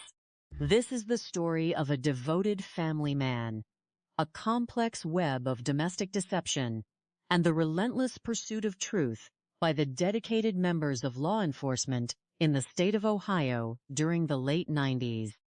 Our story begins in the mid-40s, specifically on October 29, 1947, in the city of Toledo, Ohio. On this day, a boy named Richard Witte was born into a family with a proud and honorable tradition of service to their country. The men in the Witte family had long answered the call of duty. Richard's grandfather had served Vikep, ite hot distinction in the Second World War, a period of service that was a source of immense pride for the entire family. Following in these footsteps, Richard's Uncle Jim had served in the Vietnam War, carrying the family's legacy of military commitment to distant corners of the globe. Growing up in this environment, young Richard looked up to these men with great admiration and harbored a deep desire to enlist in the military himself when he came of age. He wanted nothing more than to wear the uniform and serve his nation with the same honor as his forefathers. However, the course of human life is often altered by unexpected events. In the year 1966, when Richard was a young man preparing for his future, a devastating automobile accident changed everything. Richard was the sole occupant of a vehicle that was traveling at a high rate of speed when he lost control. The resulting crash was catastrophic. The impact was so severe that Richard was left in a full body cast, fighting for his recovery. Among his many injuries, he lost 4 fingers on one of his hands. Although skilled surgeons worked tirelessly to sew them back on, he ultimately lost his pinky finger permanently. This physical limitation meant that his dream of military service was shattered. The military would not accept a recruit with such significant physical injuries. It was a profound disappointment for a young man who valued service so highly, but Richard possessed a resilient spirit. Rather than dwelling on what could have been, he accepted his reality with grace and moved forward with his life. Richard finished high school and turned his focus toward a practical trade, eventually becoming a skilled mechanic. He had a natural talent for understanding how machinery worked, a passion for fixing things, and a strong work ethic. Shortly after graduating from high school, he met a young woman who would capture his heart. Her name was Janice May Sutter, though everyone affectionately called her Jan. By all accounts, Janice was an exceptionally beautiful young woman, a true bombshell who turned heads wherever she went. Richard and Janice fell deeply in love, their romance culminating in marriage when both were in their early 20s. Together, they embarked on the journey of building a life, eventually welcoming 2 children into the world, a daughter named Willow and a son named James. For Richard, fatherhood was not merely a duty. It was his true purpose. He was a devoted family man who worked tirelessly to ensure his family was provided for and protected. However, their path was not without significant challenges. Neither Richard nor Janice earned a substantial income, and the family had to live modestly in a trailer. This modest home was later destroyed in a devastating fire, causing them to lose all of their earthly possessions. The stress of this loss, combined with financial struggles, took a heavy toll on the marriage. The relationship began to deteriorate, and in the year 1979, after 12 years of marriage, Richard and Janice divorced. The separation was quiet, with the understanding that they had simply grown apart and were no longer in love. Despite the end of his marriage, Richard remained a constant and loving presence in the lives of his children, Willow and James, never allowing his responsibilities as a father to waver. In his early 30s, Richard was given a second chance at love. He attended a social gathering organized by an association for single parents, where he met a dynamic and attractive woman named Kathleen Mueller. Kathleen was also rebuilding her life after a divorce, and she was the mother of 3 young children from her first marriage, Angela, Jeremy, and Kevin. Kathleen was drawn to Richard's humor, finding him incredibly funny and engaging. Richard, in turn, was captivated by Kathleen's vibrant and charming personality. She had a dynamic quality that naturally drew people to her, and she was regarded by many as a beautiful and captivating woman. The two fell in love and were married in the year 1981. Upon their marriage, Richard embraced his role as a stepfather with total commitment. He formally adopted all 3 of Kathleen's children, Angela, Jeremy, and Kevin, and treated them with the same love, care, and devotion that he showed to his biological children. To Richard, there was no distinction between his biological children and his adopted children. They were all his family. Kathleen and Richard appeared to have a deeply loving and communicative relationship, with their shared identity as dedicated parents being at the forefront of their lives. The Witte household in Columbus, Ohio, became known as a welcoming, open-door home where the children's friends could come and go as they pleased. It was a lively, bustling environment filled with the energy of youth. By the year 1998, the family dynamics had shifted as the children grew older. The 3 oldest children had moved out of the house to begin their independent lives, leaving only the 2 youngest sons, Jeremy and Kevin, living at home with Richard and Kathleen. Richard, now 50 years old, was enjoying his life. He spent his free time riding and restoring motorcycles, a passion that brought him great joy. He had also taken a new position as the head mechanic for a company called Ohio Concrete Sawing and Drilling. He was highly respected by his employer, Mr. Tom Lennox, and had an outstanding reputation among his co-workers as a hardworking, reliable, and honorable man. Richard believed he was living the life he had always dreamed of, but beneath the surface of this seemingly happy family, dark currents were beginning to swirl. The primary source of conflict in the home centered around the youngest adopted son, Kevin. As Kevin entered his teenage years, his behavior became increasingly volatile and rebellious. He frequently skipped school, struggled with discipline, and showed a flagrant disregard for the rules of the house.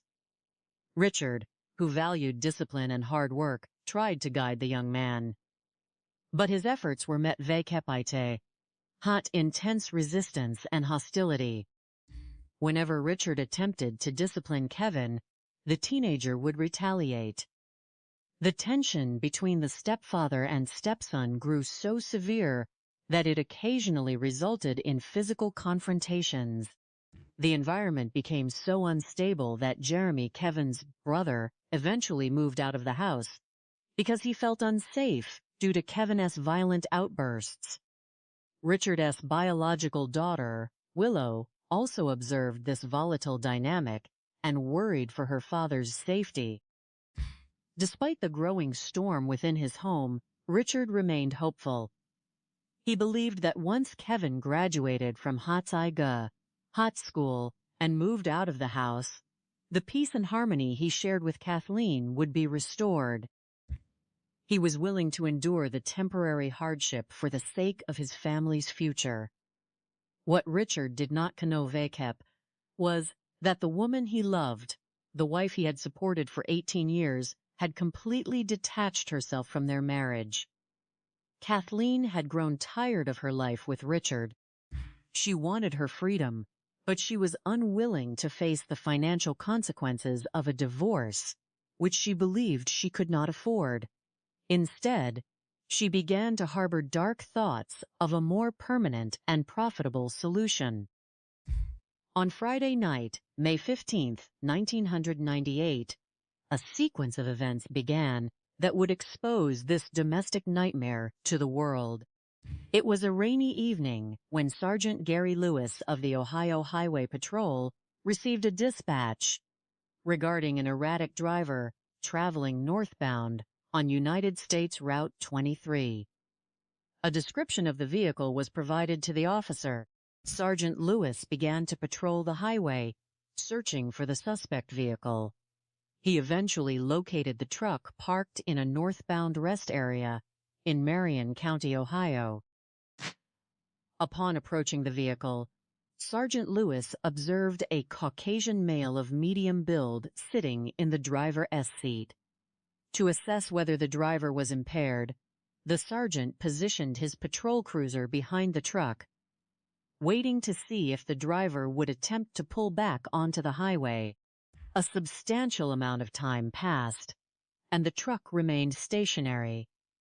Before Sergeant Lewis could make direct contact with the driver, he was called away to assist another officer who was pursuing two speeding vehicles traveling southbound on the same highway.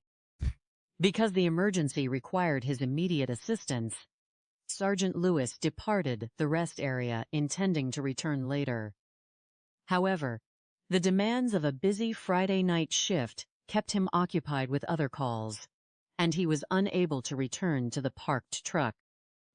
2 days later, on Sunday, May 17, 1998, another trooper patrolling United States Route 23 noticed the same red pickup truck still parked in the rest area. The vehicle appeared to be abandoned.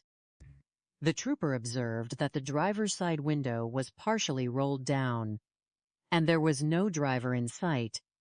Sensing that something was wrong, the trooper requested assistance from another officer to conduct a closer examination of the abandoned truck. As the officers approached the bed of the pickup truck, they were struck by an unusual and unpleasant odor emanating from the back.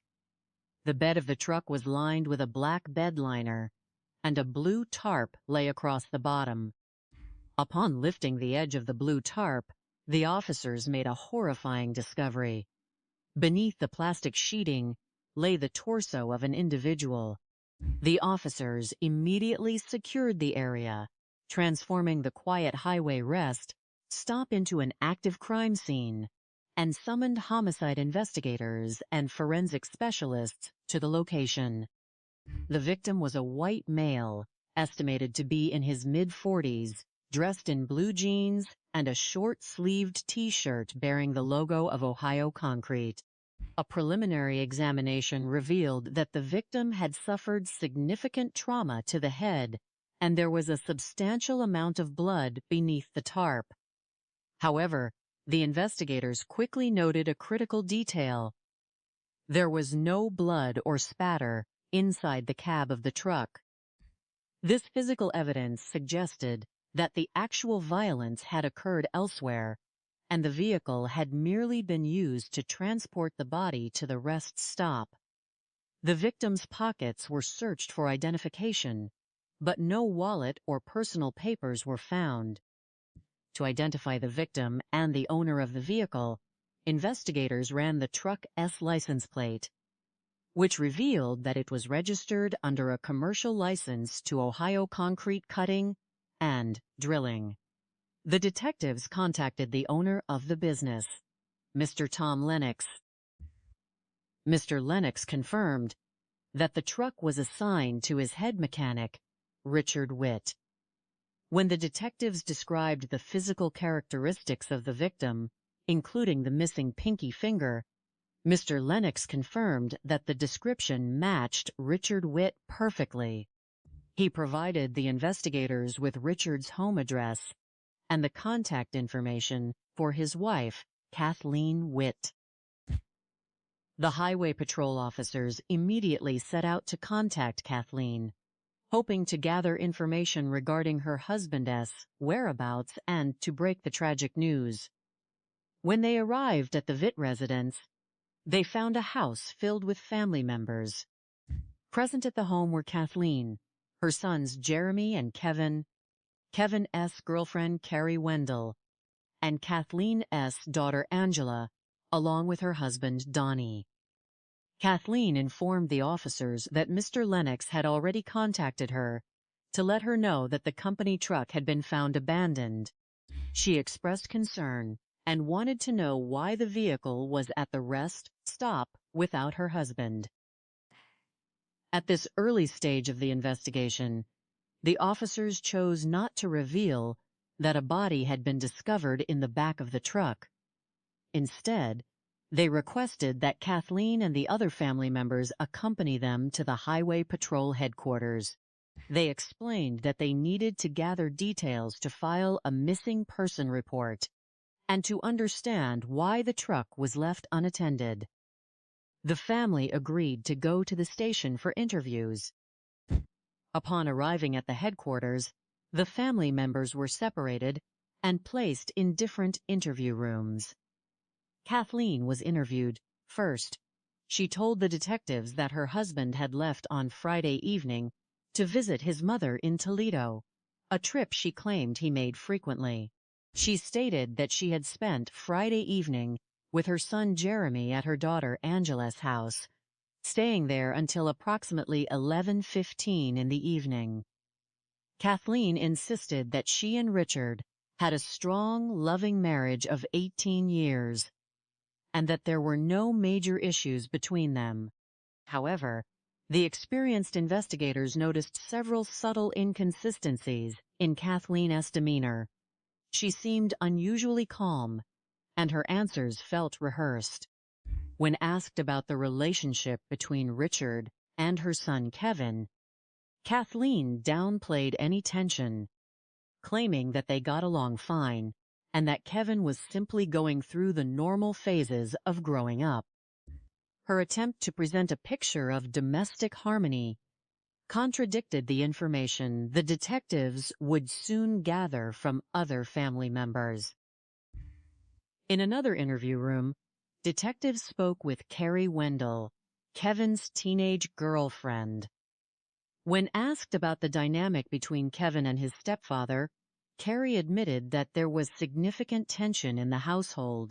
She explained that Kevin was a high school senior who wanted to do whatever he pleased and frequently resisted Richard's discipline. This was followed by an interview with Angela's husband, Donnie, who recounted an incident from earlier in the year when Kevin had physically damaged the family truck during an argument with Richard. The most revealing statements came from Richard's biological daughter, Willow, and his adopted son, Jeremy. Both confirmed that the relationship between Richard and Kevin was highly volatile and had often escalated into physical confrontations. Jeremy explained that he had moved out of the house specifically because of Kevin's violent behavior. Willow expressed deep concern that Kevin was capable of serious violence. With multiple family members pointing to Kevin as a source of ongoing danger, the investigators turned their attention to the 18-year-old stepson. When detectives began to question Kevin, the teenager attempted to project an attitude of innocence. He claimed that he had spent Friday afternoon at Moulf home with his friend Justin Coleman. Kevin stated that he and Justin left the house in the evening while Richard was in the shower, preparing for his trip to Toledo. Kevin insisted that he and his stepfather had been getting along wonderfully, and that Richard was even helping him restore a 1985 Mazda automobile.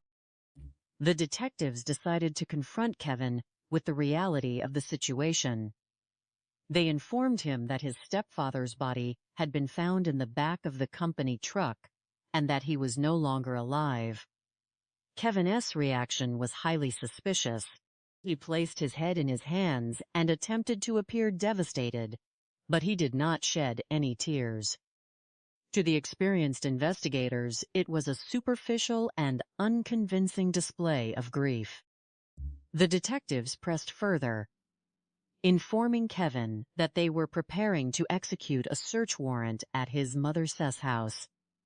They warned him that if forensic evidence of a crime was discovered within the home, he would be the primary suspect. Under the weight of this psychological pressure, Kevin's composure began to shatter. He offered a series of partial truths, attempting to explain away any potential evidence the police might find. Kevin claimed that on the night of the incident, he and his friend Justin Coleman were smoking inside the house and accidentally started a fire in a kitchen trash can. According to Kevin, Richard became enraged when he discovered the fire and physically attacked him, grabbing him by the throat and pinning him against the kitchen wall. Kevin claimed that in the midst of this struggle, Justin Coleman intervened to protect him. Kevin stated that Justin grabbed a rope and strangled Richard to save Kevin's life. This confession, while an attempt to frame the event as self-defense, provided the investigators with crucial details that matched the physical evidence. The autopsy had revealed both blunt force trauma to the head and distinct marks around the neck, indicating strangulation. Kevin also admitted that they had attempted to clean up the kitchen, placing the cleaning materials, gloves, and the rope into a black trash bag. However, Kevin claimed he did not know how the body ended up in the back of the truck, suggesting that Justin had handled the disposal of the body alone. The investigators knew that Kevin was still withholding the complete truth, but they now had sufficient probable cause to advance the investigation.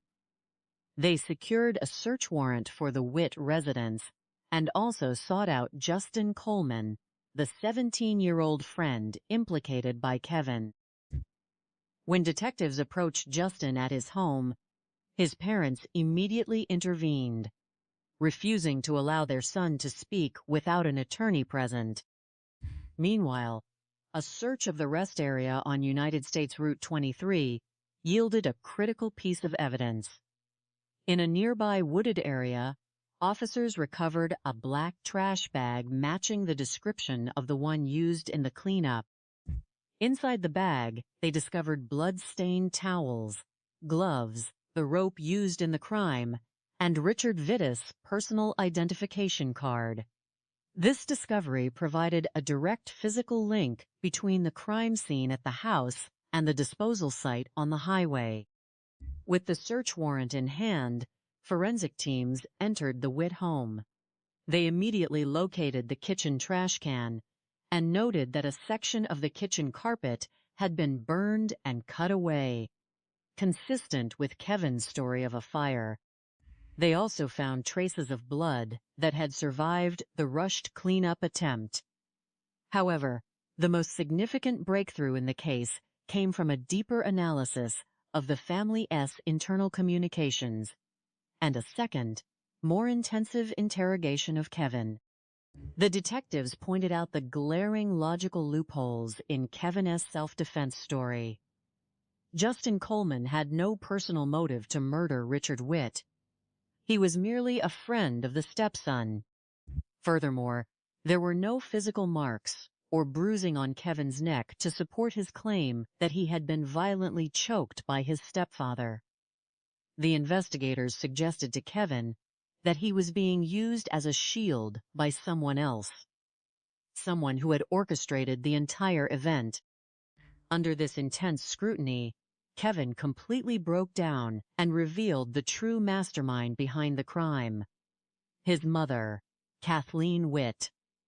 Kevin confessed that his mother had spent months manipulating him and his friends, expressing her deep hatred for Richard and her desire to be rid of him. Kathleen had complained constantly about her life, claiming she was trapped in an unhappy marriage and could not afford a divorce. According to Kevin, Kathleen had initially attempted to hire a hitman to shoot Richard, but when that plan failed to materialize, she turned to her son and his friend Justin. She offered to allow Kevin and his girlfriend to live at the house rent-free, indefinitely, if he helped eliminate Richard. She also offered Justin Coleman $50 and a place to stay for a nominal fee of $25 a week.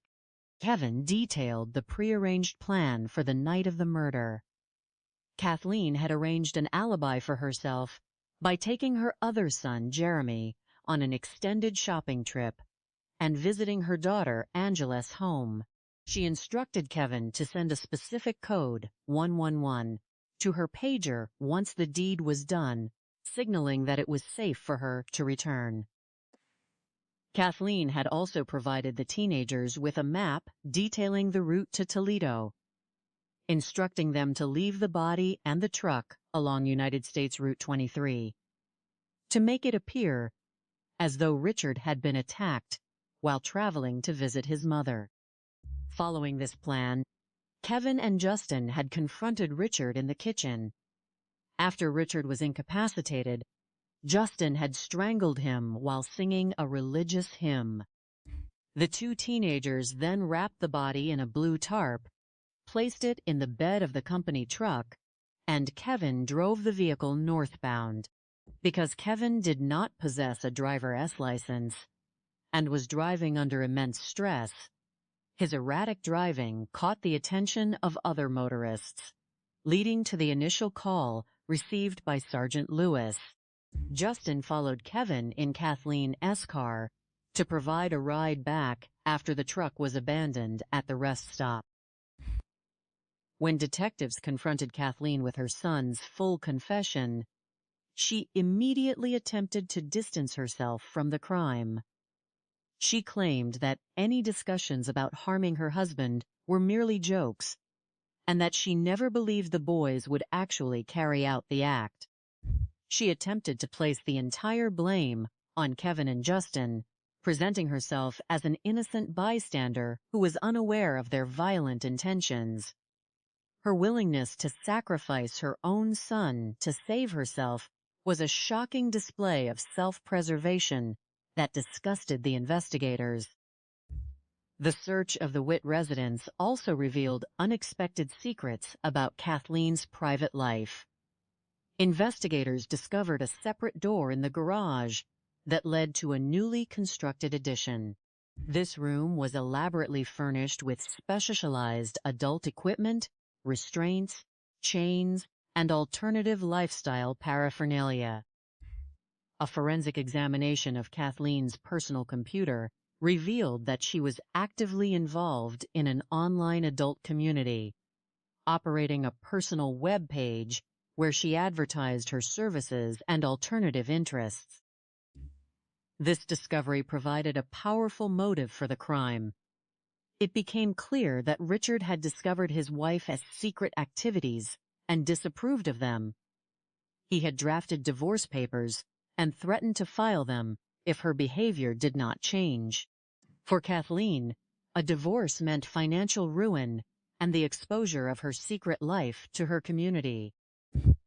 Furthermore, investigators discovered that just 2 weeks prior to the murder, Kathleen had taken out a $100,000 life insurance policy on Richard, in addition to the $15,000 policy he held through his employer. The prospect of financial independence and a significant payout was the ultimate catalyst for her actions. 6 months after the arrests, as the legal proceedings were underway, Kathleen attempted one final manipulation. An inmate housed in a cell adjacent to Kevin contacted authorities, revealing that Kathleen and Kevin were smuggling letters to each other inside the pages of library books. In these letters, Kathleen attempted to coach Kevin on his testimony, urging him to take the blame and protect her from prosecution. Faced with this evidence of ongoing conspiracy, the prosecution offered plea agreements to both Kevin and Justin in exchange for their truthful testimony against Kathleen. At her trial in December of 1998, the two teenagers took the stand and described in detail how Kathleen had orchestrated the murder, manipulated their emotions, and even expressed joy when she learned the crime had been successfully completed. The defense argued that Kathleen had not physically participated in the violence and that the teenagers had acted on their own. However, the jury was not swayed by this defense. The evidence of her planning, the financial motive of the insurance policy, the pager records, and her attempts to cover up the crime from prison painted a clear picture of a ruthless mastermind. Kathleen Witte was found guilty of aggravated murder and conspiracy to commit aggravated murder. The judge sentenced her to 20 years to life in prison. Kevin Witte and Justin Coleman were each sentenced to 13 years in prison for their roles in the conspiracy. For Richard's biological children, the road to healing has been long and difficult.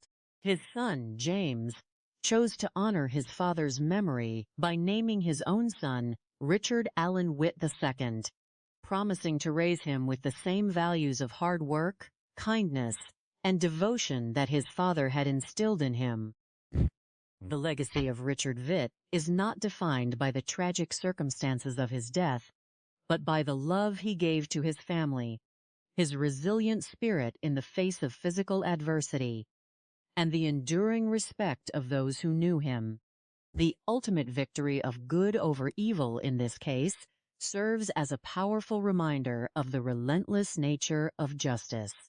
No matter how sophisticated a criminal conspiracy may appear, the dedication of law enforcement officers, the precision of forensic science, and the inevitable collapse of partnerships built on greed will always bring the truth to light.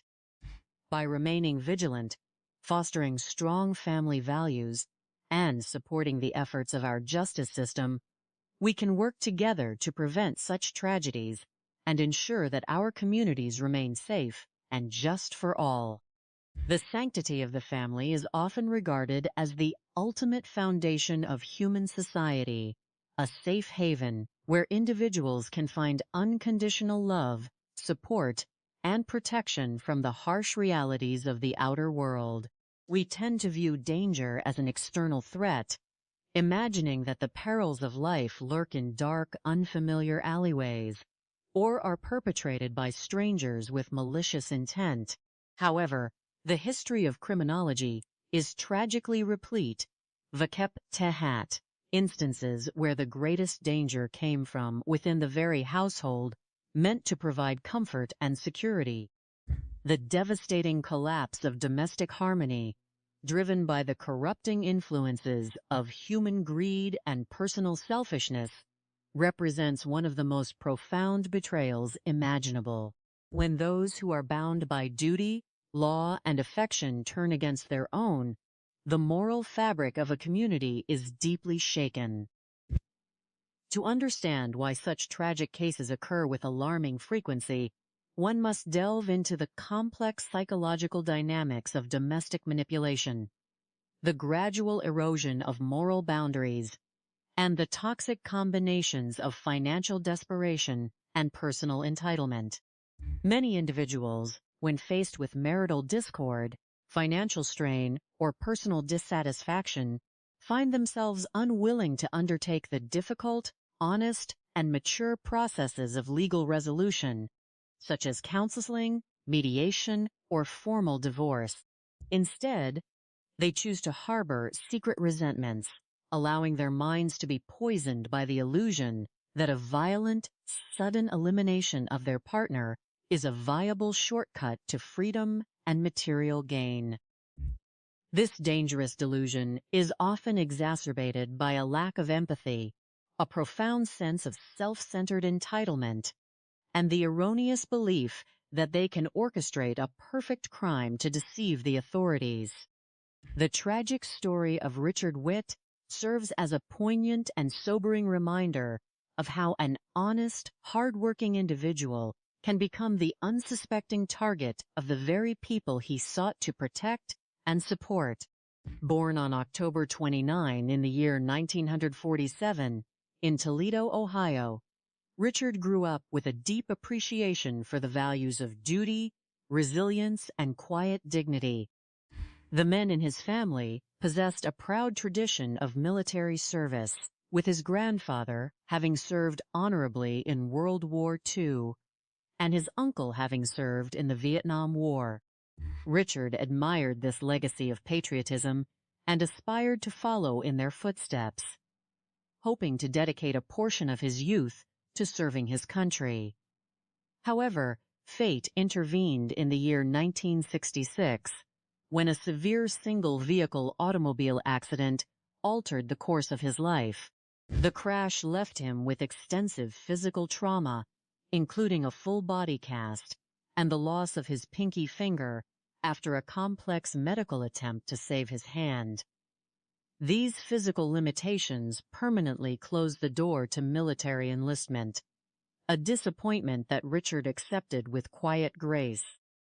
Rather than allowing this setback to define or embitter him, he focused his energy on building a constructive life, completing his high school education, and mastering the trade of a skilled mechanic.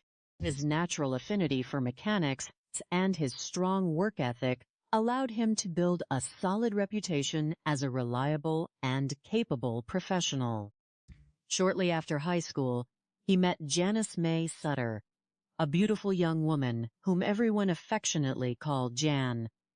The two fell deeply in love and were married in their early 20s, eventually welcoming 2 children, Willow and James, into their lives. For Richard, fatherhood was his true calling, and he worked tirelessly to provide for his family, demonstrating a constant readiness to sacrifice his own comfort to ensure his children were well taken care of. Despite their mutual affection, the economic challenges of the era and personal differences eventually took a toll on the marriage. After a devastating trailer fire in which the family lost all of their material possessions, the strain became too great to bear, and Richard and Jan divorced in the year 1979 after 12 years of marriage. Although the dissolution of his first marriage was a painful chapter, Richard remained an active, loving, and supportive presence in the lives of Willow and James, ensuring they never felt abandoned. In his early 30s, Richard sought a second chance at Moth Companionship and attended an event hosted by Parents Without Partners, an organization designed to help single parents connect and support one another. It was there that he met Kathleen Mueller, a dynamic and captivating woman who was also rebuilding her life following a divorce.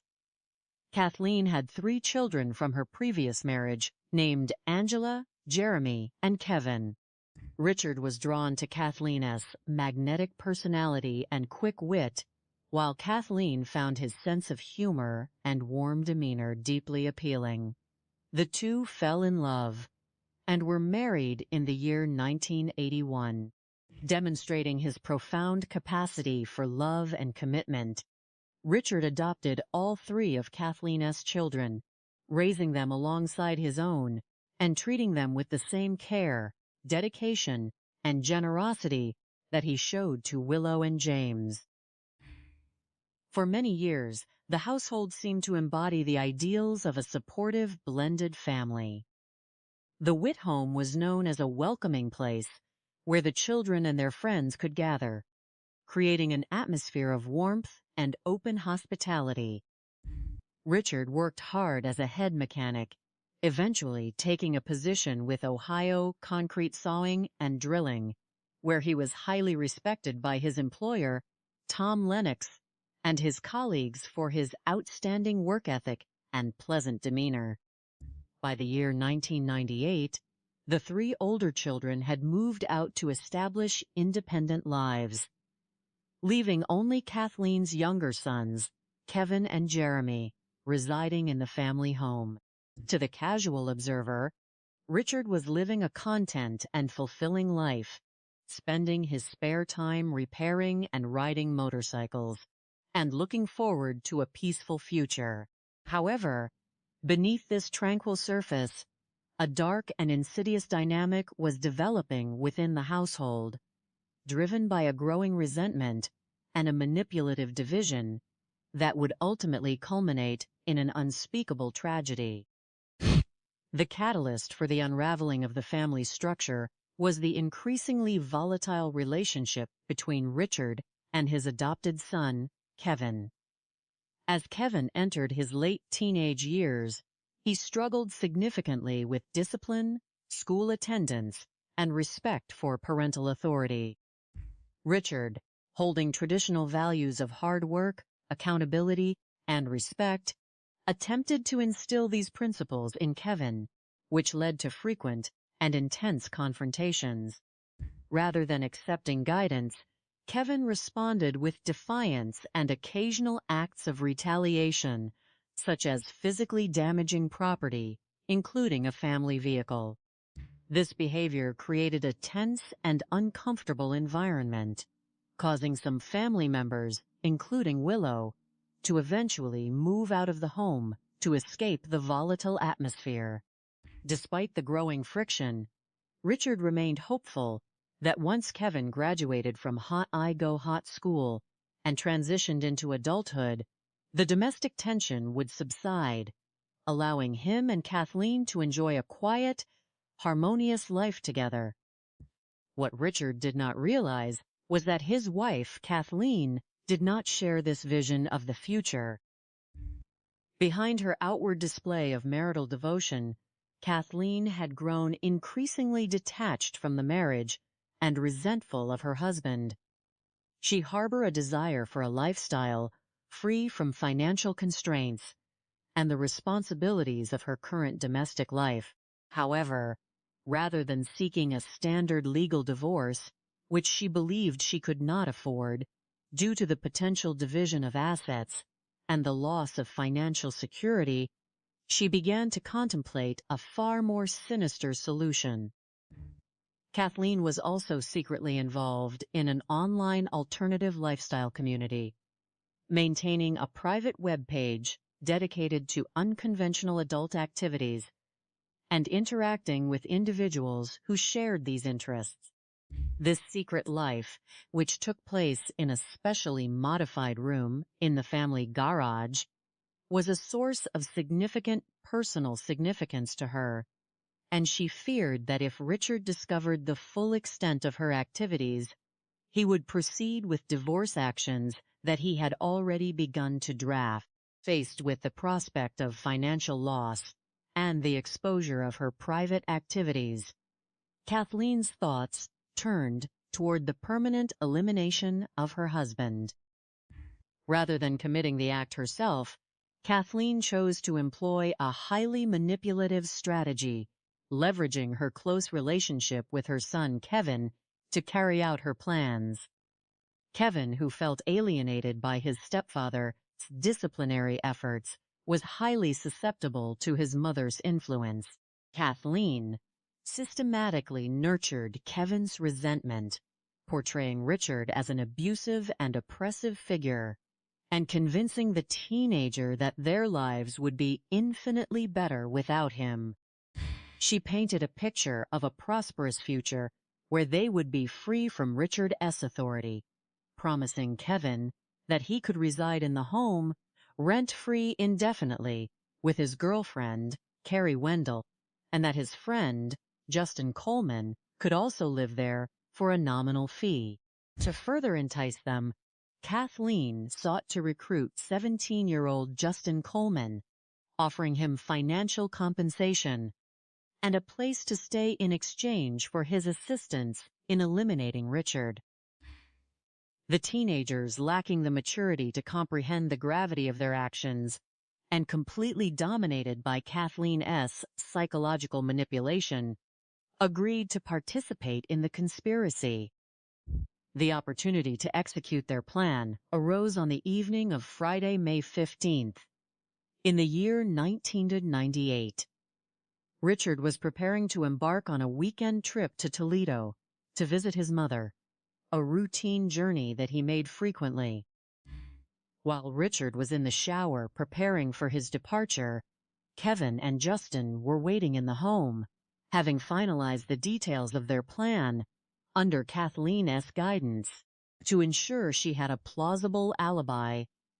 Kathleen had departed the residence earlier in the evening, taking her other son, Jeremy, on a shopping excursion and visiting her daughter, Angela's home, remaining away until late in the night. This calculated move was designed to distance herself entirely from the physical execution of the crime, allowing her to claim complete ignorance when questioned by authorities. When Richard emerged from the bathroom, Kevin initiated a physical confrontation, utilizing a minor domestic pretext involving an accidental fire in a kitchen trash can to spark an argument. As the confrontation escalated, Kevin physically assaulted his stepfather, rendering him temporarily incapacitated. Justin Coleman then intervened, using a length of rope to carry out the fatal act of asphyxiation. In an extraordinarily chilling detail that later shocked investigators, Justin reportedly sang the song Amazing Grace during the commission of the act, a bizarre manifestation of the psychological detachment and moral decay that had been fostered by their preparation for the crime.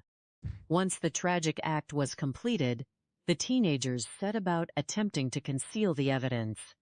They initiated a small fire in the kitchen to mask any biological traces and destroy the carpet, and then wrapped Richard's body in a large blue tarp. Following a prearranged plan orchestrated by Kathleen, who had provided them with a detailed map of the route to Toledo, Kevin and Justin placed the body in the bed of Richard S.'s commercial pickup truck, which was marked with the logo of Ohio Concrete Cutting and Drilling. The plan was to transport the body toward Toledo, abandoning the vehicle along the highway to make it appear as though Richard had met hot foul play at the hands of a stranger while traveling. However, the execution of the disposal plan quickly encountered difficulties. Kevin did not possess a valid driver's license and lacked experience driving a vehicle of that size. As he drove the truck northbound on United States Route 23, his erratic driving caught the attention of other motorists, who contacted the Ohio Highway Patrol to report a potentially impaired driver. Sergeant Gary Lewis of the Highway Patrol received the dispatch and successfully located the vehicle, which had pulled into a northbound rest area. Observing a Caucasian male of medium build sitting in the driver's seat, Sergeant Lewis positioned his patrol cruiser behind the truck, waiting to see if the individual would attempt to drive so he could assess his sobriety. However, before the officer could initiate contact, he was diverted to assist another trooper with an urgent call involving two vehicles traveling at hot rates of speed. Due to the pressing nature of the second call, Sergeant Lewis departed the rest area, intending to return later if possible, but subsequent duties prevented him from doing so. This brief encounter, while seemingly routine at the time, would later provide a crucial piece of the investigative puzzle. For 2 days, the red pickup truck remained abandoned at the northbound rest area. On Sunday, May 17th, in the year 1998, another passing trooper noticed the vehicle, observing that the driver's window was partially rolled down and the truck appeared entirely unattended. Upon closer inspection, the trooper detected a strong, unusual odor emanating from the rear bed of the truck.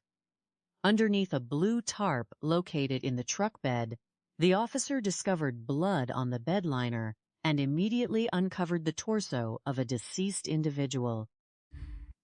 Recognizing that they were dealing with a major crime scene, the troopers secured the area and summoned investigators to the scene. The initial examination of the scene revealed a deceased white male, estimated to be in his mid-40s, wearing blue jeans and a T-shirt bearing the name Ohio Concrete. The victim had sustained significant blunt force trauma to the head, and there were clear indications of ligature marks around his neck. The lack of blood spatter or significant physical evidence of a struggle inside the truck cab led investigators to conclude that the murder had occurred elsewhere, and the vehicle had merely been used to transport the body. A search of the victim's pockets yielded no identification or wallet, suggesting an attempt by the perpetrators to delay the identification process. However, the commercial registration on the vehicle quickly led investigators to Ohio Concrete Cutting and Drilling and its owner, Tom Lennox. Upon being contacted by the authorities, Tom Lennox expressed deep concern and informed them that the truck was assigned to his employee, Richard Witte. The physical description of Richard, provided by his employer, closely matched the victim, and Lennox provided the police with the contact information for Richard's wife, Kathleen. Armed with this critical information, investigators proceeded to the Witte residence, where they found several family members gathered, including Kathleen, Kevin, Jeremy, Kevin's girlfriend Carrie, and Richard's daughter Angela, with her husband Donnie. Meticulously managing the flow of information, the officers did not immediately reveal that Richard had been found deceased.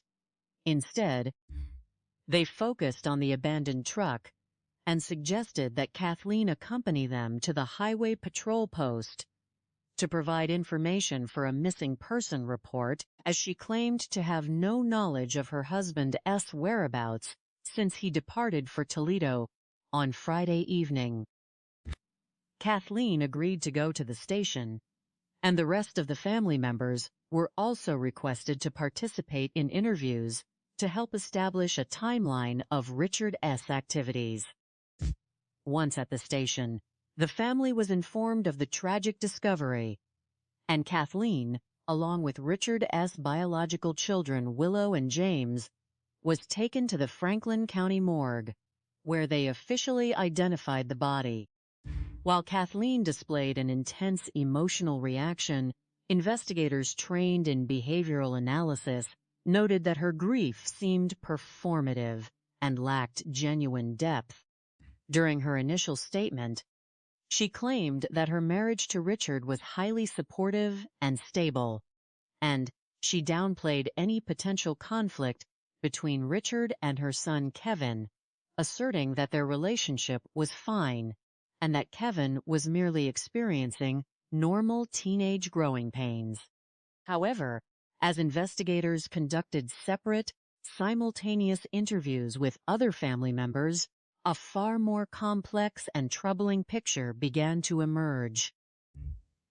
Carrie Wendell, Kevin's girlfriend, admitted during her interview that there was significant tension in the household, noting that Kevin struggled with Richard's discipline and that they frequently clashed. Richard's son-in-law, Donnie, recalled an incident from earlier in the year when Kevin had kicked the side of the pickup truck in a fit of rage. The most revealing testimonies came from Richard S. biological children, Willow and Jeremy, who described a history of physical confrontations initiated by Kevin to the point where family members felt unsafe in the home. These consistent statements placed Kevin at the center of the investigation, providing a clear motive of deep-seated familial resentment. Armed with these insights, detectives focused their attention on 18-year-old Kevin. During his initial questioning, Kevin attempted to maintain his innocence, claiming that he had spent Friday afternoon at Motfa home with his friend Justin Coleman, and that Richard was fine when they last saw him preparing for his trip.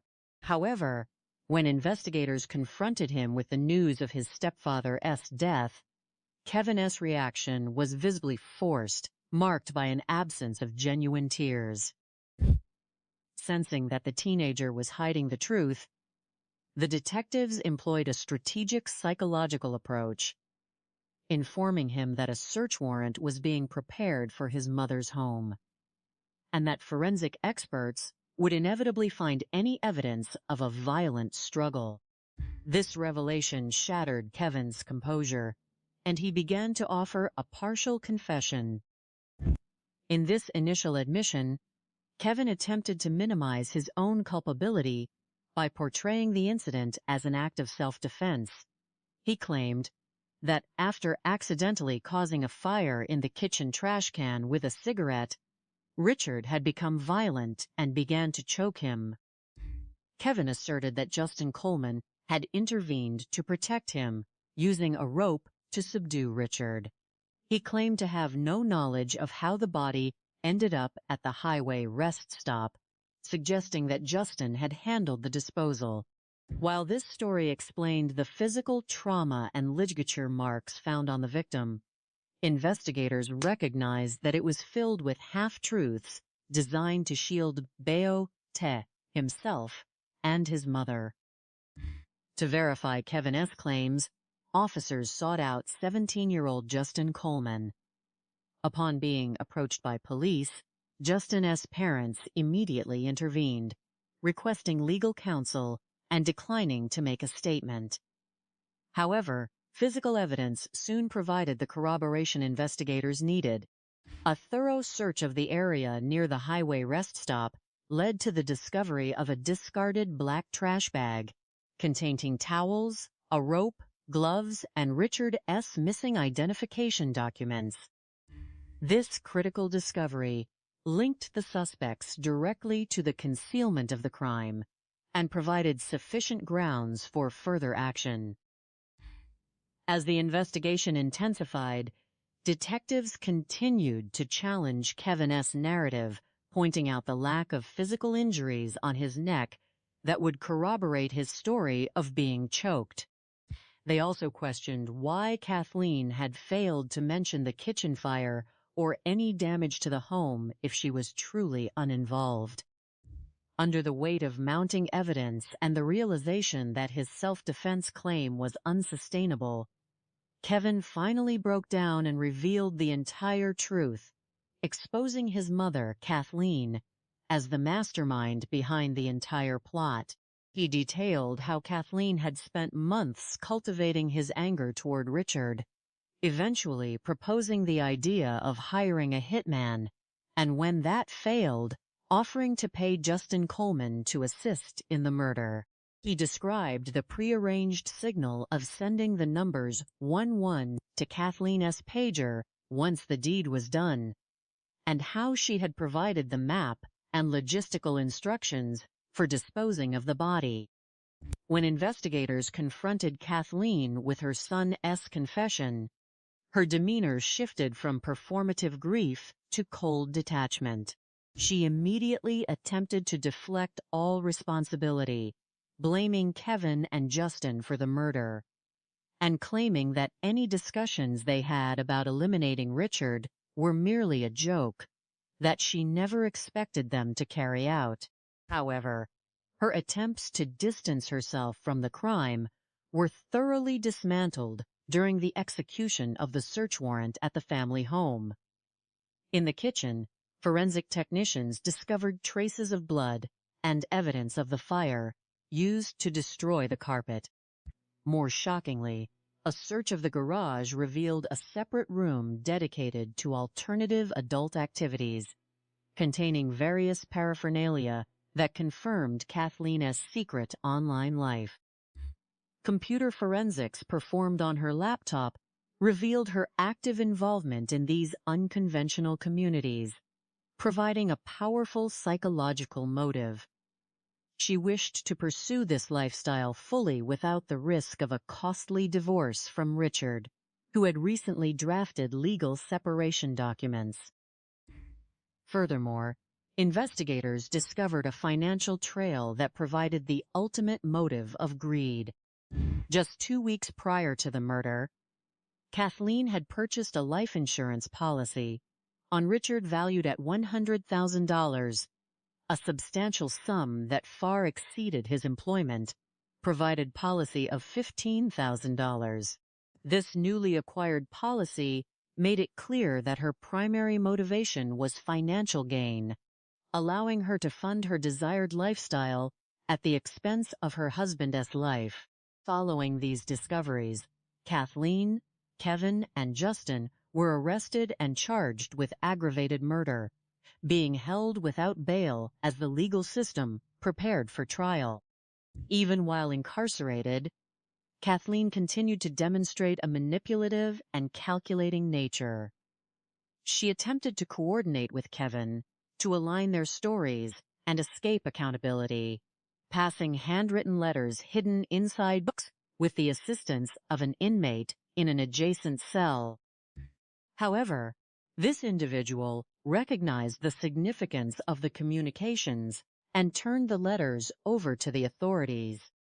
Equipped with this powerful evidence of ongoing conspiracy, the prosecution offered plea agreements to Kevin and Justin, securing their agreements to testify truthfully against Kathleen in exchange for reduced sentences.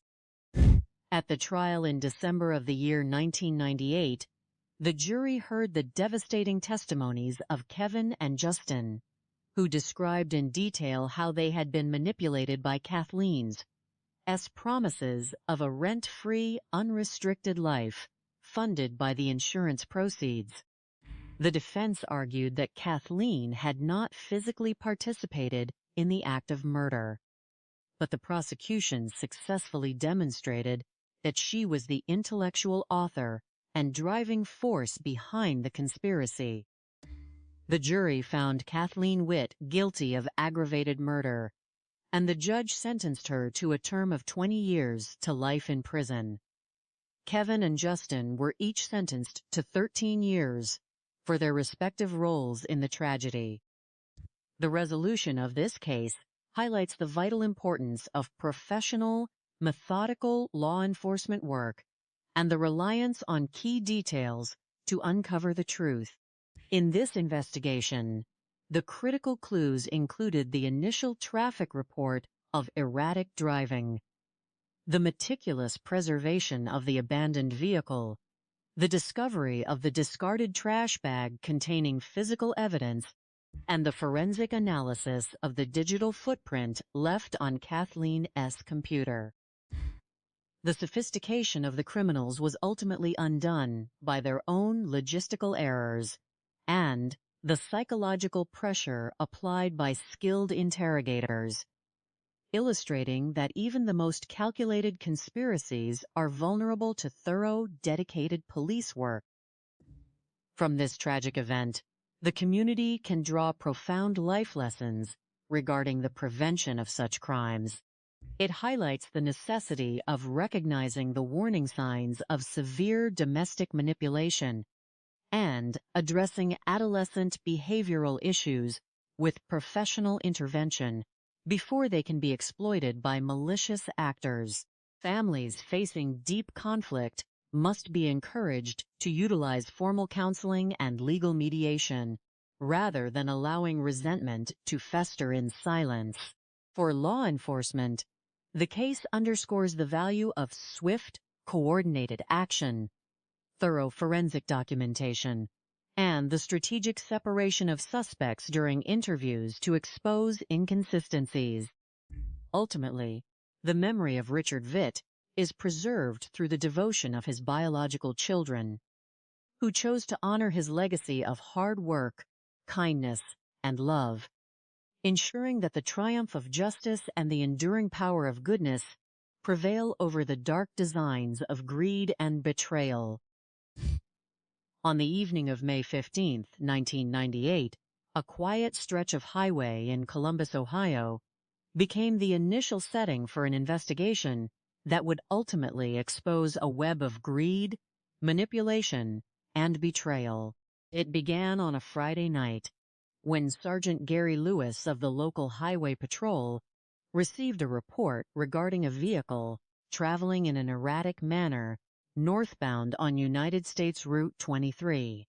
The description provided by concerned motorists led the officer to a northbound rest area where he located the vehicle, a red pickup truck parked in the designated arrest zone. Inside the driver's seat sat a man of medium build, seemingly resting. Intent on observing whether the driver was impaired, the sergeant positioned his cruiser behind the truck. However, before he could initiate a formal contact, urgent calls regarding two other vehicles, speeding southbound, required his immediate assistance, forcing him to depart from the scene.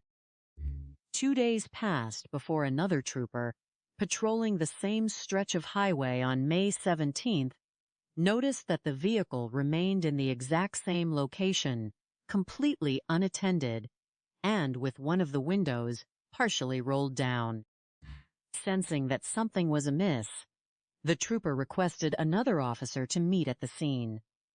Upon closer inspection, a distinct and troubling odor began to emanate from the bed of the pickup truck. Underneath a blue plastic tarp, the officers discovered blood on the bed liner, and further examination revealed the torso of an individual. The area was immediately secured as investigators and specialized forensic units were summoned to the scene. The deceased was identified as a male, likely in his mid-40s, wearing jeans and a shirt bearing the name of a business known as Ohio Concrete. An examination of the remains indicated that the individual had suffered severe head trauma and injuries injuries, suggesting a physical struggle that had ended tragically. Because there was no blood or physical evidence inside the passenger cabin of the truck, investigators quickly deduced that the actual incident had taken place at another location, and the vehicle had merely been utilized to transport the body. The pockets of the clothing yielded no identification or wallet, leaving the license plate of the truck as the primary clue. A registration check revealed that the vehicle belonged to Ohio Concrete Sawing and Drilling. The owner of the company, Mr. Tom Lennox, was contacted immediately. Upon hearing the description of the truck and the physical characteristics of the victim, Mr. Lennox informed the officers that the vehicle was assigned to his head mechanic, Richard Witte, whose appearance matched the description of the victim perfectly. Richard Witte was a man of integrity and dedication. Born in Toledo, Ohio on October 29, 1947, he belonged to a family with a proud history of military service. His grandfather had served in the Second World War, and his uncle had served in the Vietnam War. Richard had hoped to follow in their footsteps, but a severe automobile accident in the year 1966 left him with lasting physical limitations, including the loss of several fingers, which prevented him from enlisting. Undeterred by this setback, he finished his education, became a highly skilled mechanic, and eventually met his first wife, Jhene. The couple married in their early 20s and had 2 children, Willow and James. Although the marriage ended in divorce after 12 years, Richard remained a constant and loving father, always prioritizing the welfare of his children. In his early 30s, Richard found a second chance at happiness when he met Kathleen Mueller at an organization for single parents. Kathleen, who had 3 children from a previous marriage named Angela, Jeremy, and Kevin, was described as charismatic and beautiful. The two fell in love, married in the year 1981, and Richard adopted Kathleen 3 children, treating them with the same love and devotion he showed his biological offspring. By the year 1998, the older children had grown and established their own homes, leaving only the 2 youngest sons, Kevin and Jeremy, living in the family household. To the outside world, the family appeared to be close-knit and harmonious, with Richard working diligently as a mechanic to provide a comfortable life for everyone. However, behind closed doors, a volatile dynamic had begun to fester. The primary source of conflict in the household centered around the youngest adopted son, Kevin. As Kevin entered high school, his behavior became increasingly defiant and unpredictable. He frequently skipped classes, clashed with authority figures, and resisted any form of discipline. When Richard attempted to establish boundaries and guide him toward a responsible path, Kevin would retaliate. The tension grew to the point where other members of the family, including Richard's biological daughter Willow, felt unsafe and chose to move out of the home. Despite these significant challenges, Richard remained hopeful that once Kevin graduated and transitioned into adulthood, the family could rebuild its peace. When the Highway Patrol contacted Kathleen Witte to inform her that her husband's truck had been found, they initially withheld the details of the crime, choosing instead to invite her to the station to gather more information and potentially file a missing person report. Kathleen claimed that her husband had departed on Friday evening to visit his mother in Toledo, which was a routine trip for him. She and the rest of the family, including Kevin, Jeremy, and several other relatives, agreed to go to the police station for questioning. It was there that the family was delivered the devastating news, and some members were taken to the local morgue to confirm the identification. Kathleen appeared overwhelmed with grief, maintaining that she and Richard shared a loving 18-year marriage with no major issues. Yet, as investigators began interviewing the rest of the family members separately, a very different picture emerged. A teenage friend of Kevin named Carrie revealed that there was immense tension between Kevin and Richard, driven by the teenager's desire to do whatever he pleased without parental interference. Richard's son-in-law, Donnie, recounted an incident where Kevin had physically damaged the family truck during an outburst of anger. Most significantly, Richard's other children, Willow and Jeremy, confirmed that physical confrontations had occurred between Kevin and Richard in the past, and they expressed deep concern over the teenager's capacity for anger. Armed with these revelations, the investigators turned their focus to Kevin. When first questioned, Kevin claimed that he had spent Friday afternoon at Mof, home with his friend Justin Coleman, while Richard was preparing to leave for Toledo. He insisted that their relationship was excellent and that Richard was even helping him repair a vehicle. However, when the detectives confronted Kevin with the reality of his stepfather passing, his reaction appeared artificial and lacking in genuine emotion. Recognizing that the teenager was holding back information, the detectives explained that a search warrant would be executed on the family home and that any evidence of a physical struggle would directly implicate him. Under this intense pressure, Kevin's story began to shift. He admitted that on the night of the departure, he and Justin had been smoking in the house and had accidentally caused a small fire in a kitchen trash container. According to Kevin, when Richard discovered the fire, he became extremely angry, and a physical altercation ensued. Kevin claimed that his stepfather initiated the violence, and that he had merely defended himself by pushing Richard against a door.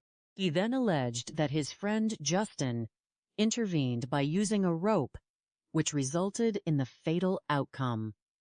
Kevin claimed that he had then fled the room and did not know how the body ended up in the back of the pickup truck. While this confession explained the physical trauma and marks found on the victim, the investigators remained skeptical of Kevin's attempt to minimize his own role and place the entirety of the blame on his friend. Furthermore, the theory that a teenage friend would spontaneously commit such a grave act without a personal motive seemed highly implausible. The police contacted Justin Coleman, but his family immediately requested legal representation, preventing any informal statements. Nevertheless, a search of the area near the highway rest stop led to the recovery of a discarded trash bag containing towels, a rope, the identification of the victim, and gloves, providing solid physical evidence linking the teenagers to the scene. As the investigators prepared to search the Witte residence, they began to uncover inconsistencies in the statements of Kathleen Witte. Although she had claimed that the household was in perfect order when she returned on Friday night, she had failed to mention the fire in the kitchen or the damaged carpet. When confronted, her dismissive attitude further aroused the suspicions of the detectives. They realized that she was deliberately concealing information to protect her son, or perhaps for an even more sinister reason. The breakthrough in the case came when investigators pressed Kevin for the complete truth.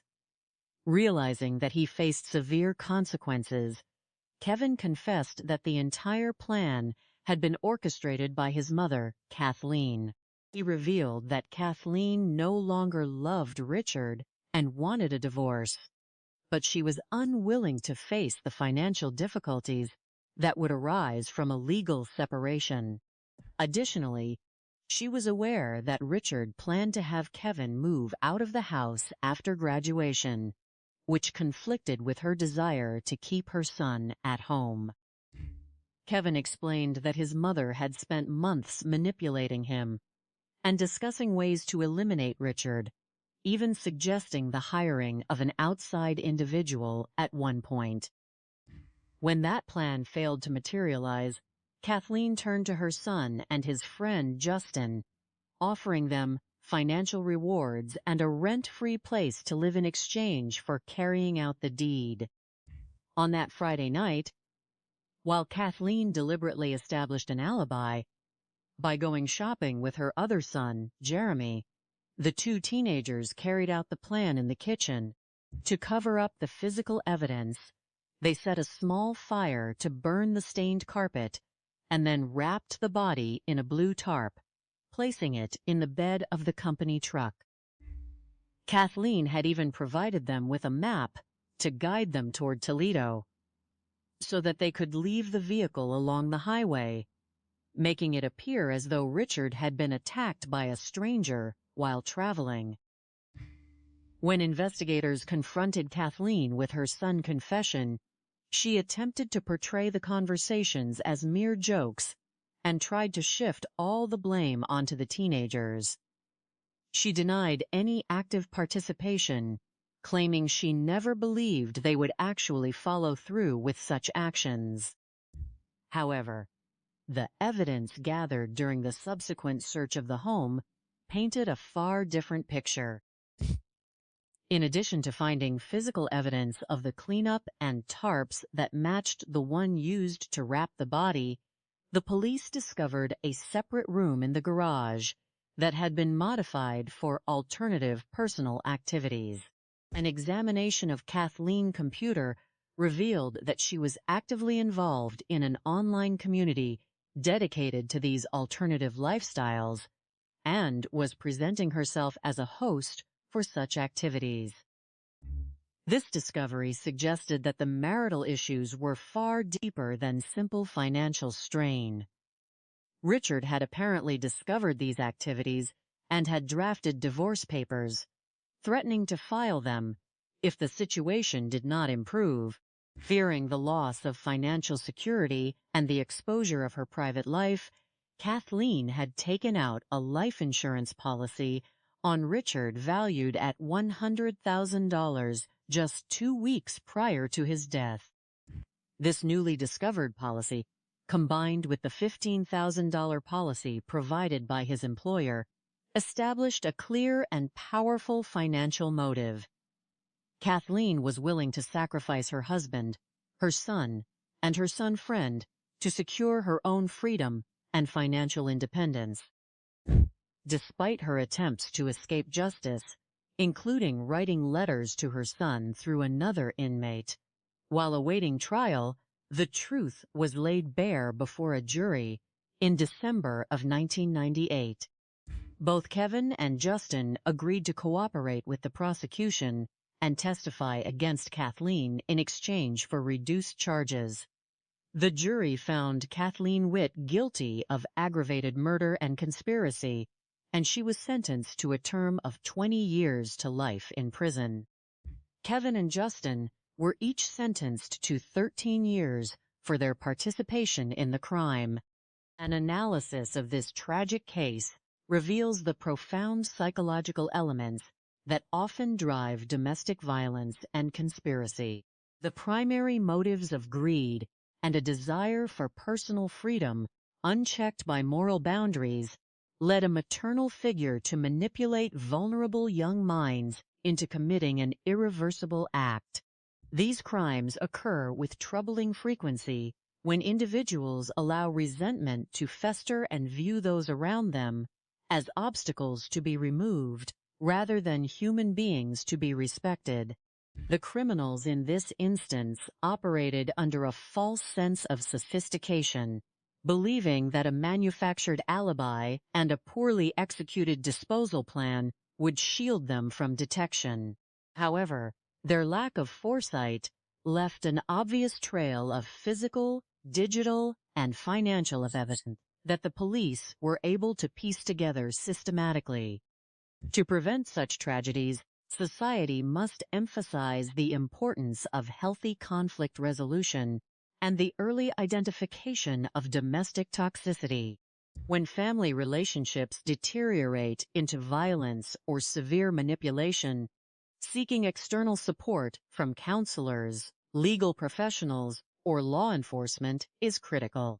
Furthermore, the community must remain vigilant and support young people who may be vulnerable to the negative influence of manipulative authority figures.